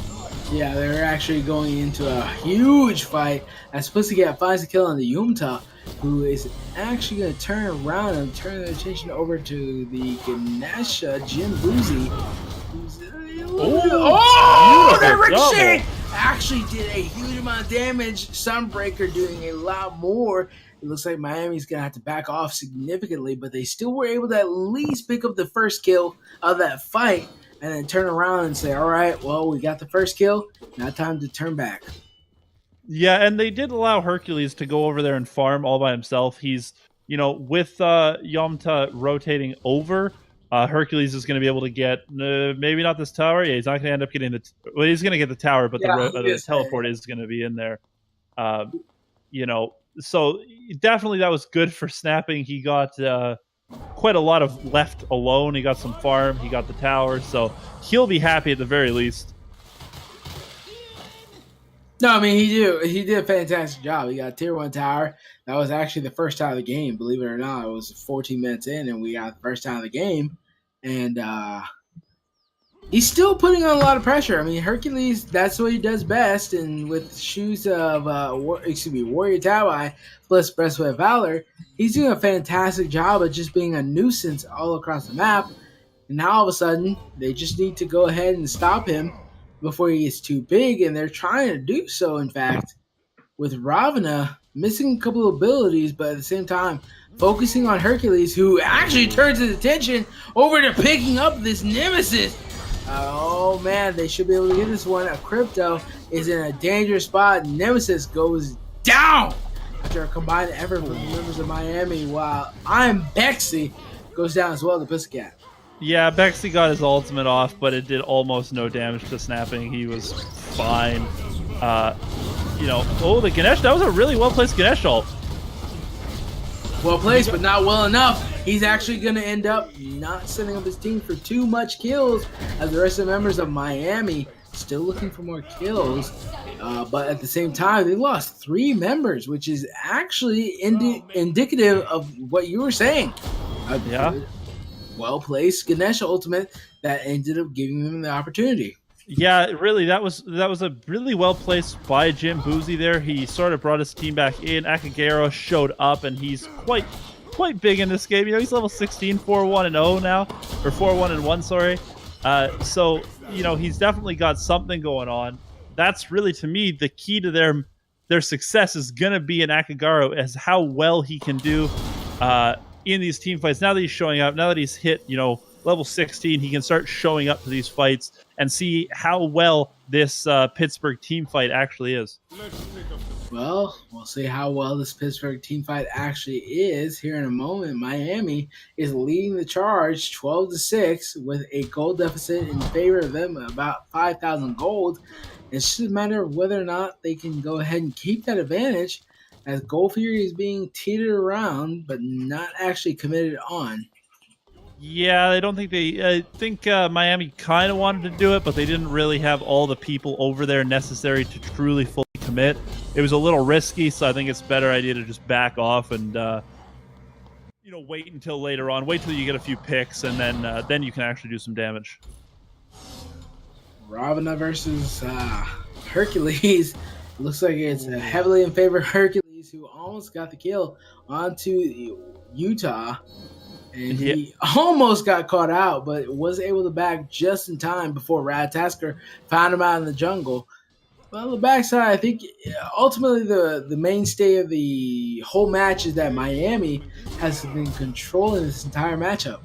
Yeah, I think definitely they've been in charge of this. They've definitely been the ones that to dictate it. But there is some counterplay. Super Buddha Pig's quite out of position there. Luckily, he has his bees. He's just going to use those and dash out.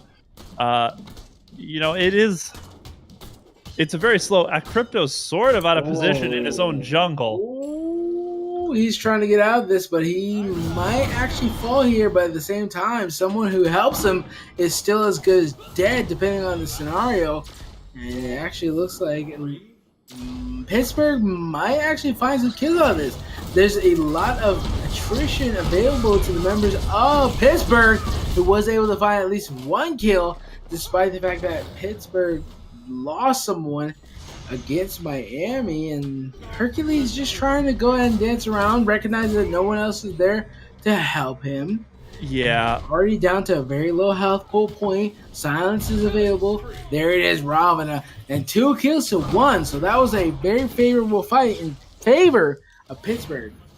Well, it ended up, I believe, being 2-2 because Akagaro died on the left side. He got not soloed out because he had the Chiron and the Kuzumbo on him, so he fell on that side, and then because of that, Miami lost the other fight there. So all in all, not a the best trade in the world for either team. Sort of just an uneventful. Although it does look like now this Miami squad is going to look to press onto the Gold Fury, and no one's really around. So they know it's happening, but I think Jams can burn it down before anyone can get there.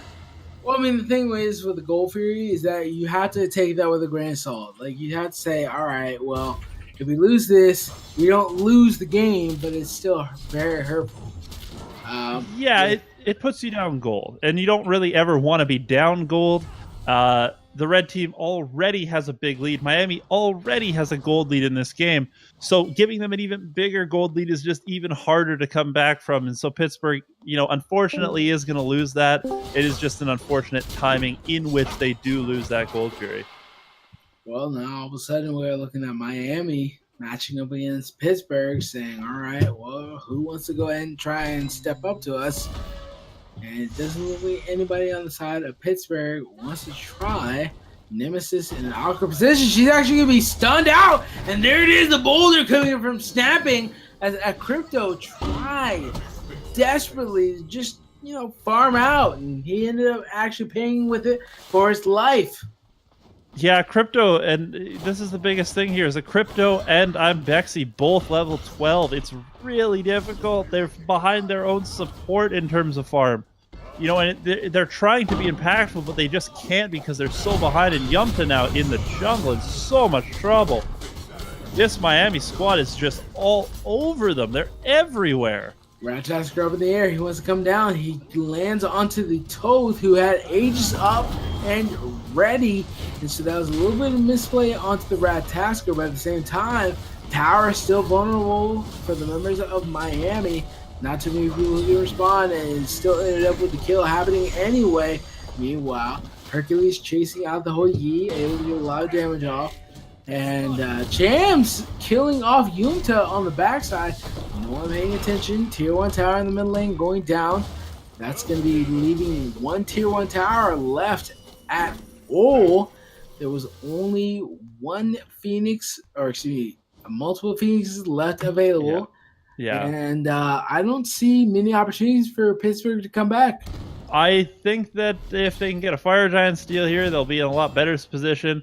This snapping on this Hercules, just standing in their jungle dancing, he's zoning. He's zoning everyone out. You don't want to fight into that Hercules. He's so big. He does so much damage at this point still.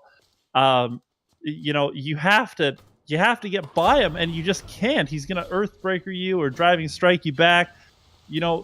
This blue side, this Pittsburgh side, has to be very careful being around this this portal, because if they go through it, if they try, what are they going to do? Fight snapping 4-on-1? He could win that one right now. And there's everyone else showing up to help him out. So, well, I mean, it's not going to matter too much right now as Jim Boozy goes down almost immediately. We're looking at a very unfavorable situation for the members of Pittsburgh as Miami trying to go ahead and break down the morale of Pittsburgh, and they should be able to get a lot of kill opportunity available as James kills off I'm Bexy. He's able to get off a lot of damage. Meanwhile, double kill. He gets a Crypto. That was a beautiful play by the Morrigan, turning into the Nemesis in order to strip away those protections. A really smart heads-up play to remember that Nemesis does that. Switch in. That's how you're going to take out your tanks. You're going to do more damage by allowing the rest of your team to do more damage. I mean, it's just so hard. Like, how do you deal with all this pressure? 9-20. You tried everything you could, and meanwhile, your enemy team gets the Fire Giant. Like, what do you do to honestly come back in this? Well, the answer is you just play smart. And you just play very passive. You play very, you try and get as much farm as you can. The true answer, which no one really likes to hear, is you don't do anything. You let them do things. You let them make the mistakes, because you're not coming back into this game if they play it well. What is this? I thought you were Canadian. What is this? Look, I am. And I believe that Pittsburgh could come back, but it's nothing through that they're going to do. All they have to do is play smart and not make any mistakes. They don't have to do some crazy Hail Mary equivalent of Smite. They just need to take the fights, try and win the fights, not lose the fights, and hope that the University of Miami overcommits or does something stupid. Right here, being pushed up, Jim Boozy and Yomta pushed up in lane is not the correct answer. They're going to get picked out here. I know that they're tanky. I know that, but it doesn't matter because this Miami team is so big. Jesus. That's going to be another kill going over to Miami, who has been completely dominant. Rat-Tasker up in the air. They're going to go ahead and clear out this last tower on the side of Pittsburgh. I'm going to ask you anyway, even though you're very biased against these guys, what does Pittsburgh have to do?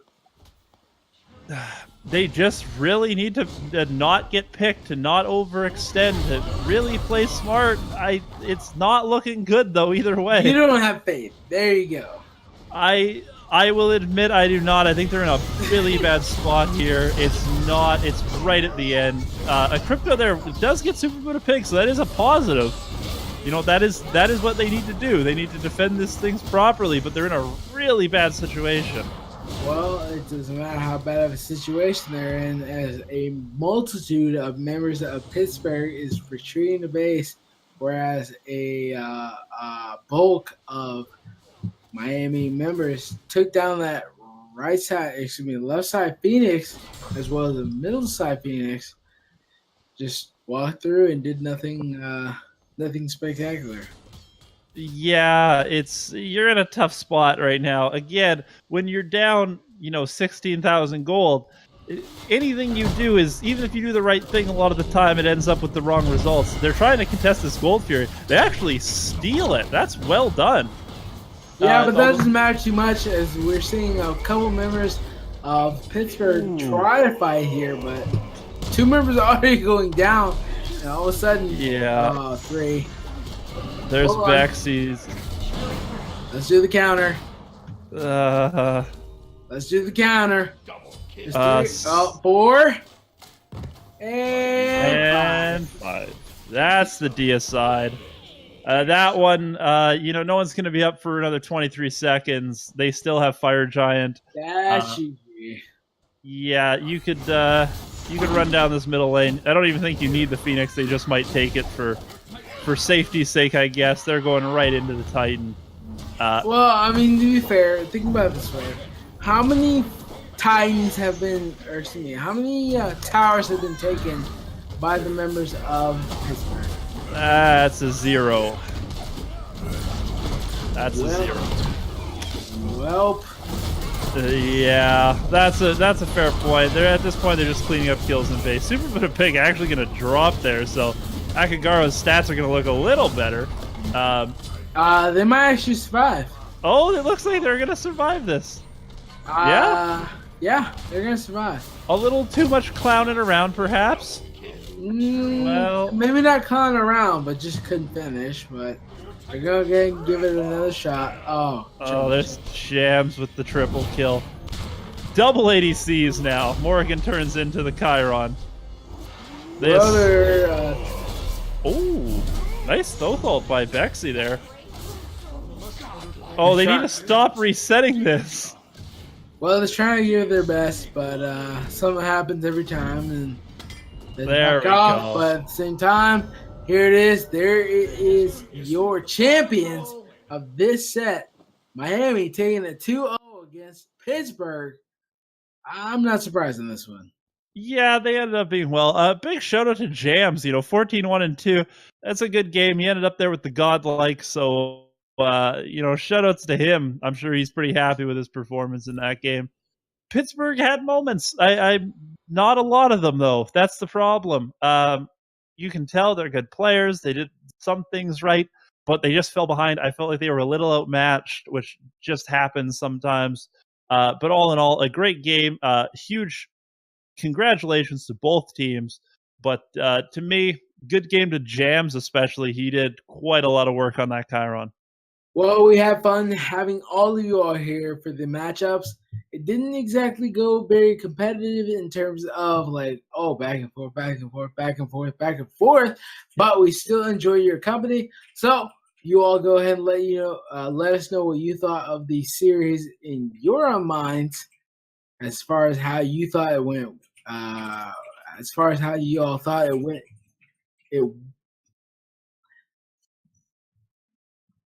But we have a winner for the giveaway. It was Shark. I missed exactly who it was, but Shark, are you here? Well, he got it. Look at that. All right, Shark, you got it. So go ahead and claim your code. We are happy to give you all the skins that you want. So go ahead and claim that one. I'm a little jealous of you, just so you know. Little Lottle. Lotto. It's like a lot of a little. It's pretty much the entirety. It's pretty much. Thank you very much for having us, everybody. I appreciate it. Some good games. Excited to see that. That's it. Thank you very much. Go follow me on Twitter. Follow me on YouTube. Follow me on Twitch. Oh, that selfless plug. Shameless plugs. Don't care. Oh my God. I thought Canadians were nice. I am very nice. I'm just also without shame. No, you're not nice. I've been lied to. All right. That's it for us, I believe. Yeah, it is. So I believe, unless production says our winner. All right, so our winner did claim the prize, but I think we all did a fantastic job, and I'm happy to have all of y'all here. Be sure to go ahead and follow me at the Major Cosby and Emu. Where do they find you? For great analysis, go ahead and say, all right, well, he knows what he's talking about in terms of numbers and bills, and I need to build a support Ganesha. You just go to my Twitter at EmuAJH, and you'll find me. I think you can do the casters thing. It'll pop up. Go find that. Find me on Twitter. From my Twitter, you can find me anywhere else you need on Twitch or on YouTube, all those sort of things. I'm trying to be a little active, trying to produce some good content, things like that. Well, there you go. There you have it. There is where you can find some of your favorite casters. We'll go ahead and see you all next time, as we had a blast casting this matchup. We'll go ahead and see you on the next roundabout of AVGL Smite Collegiate League. Until then, have a good one.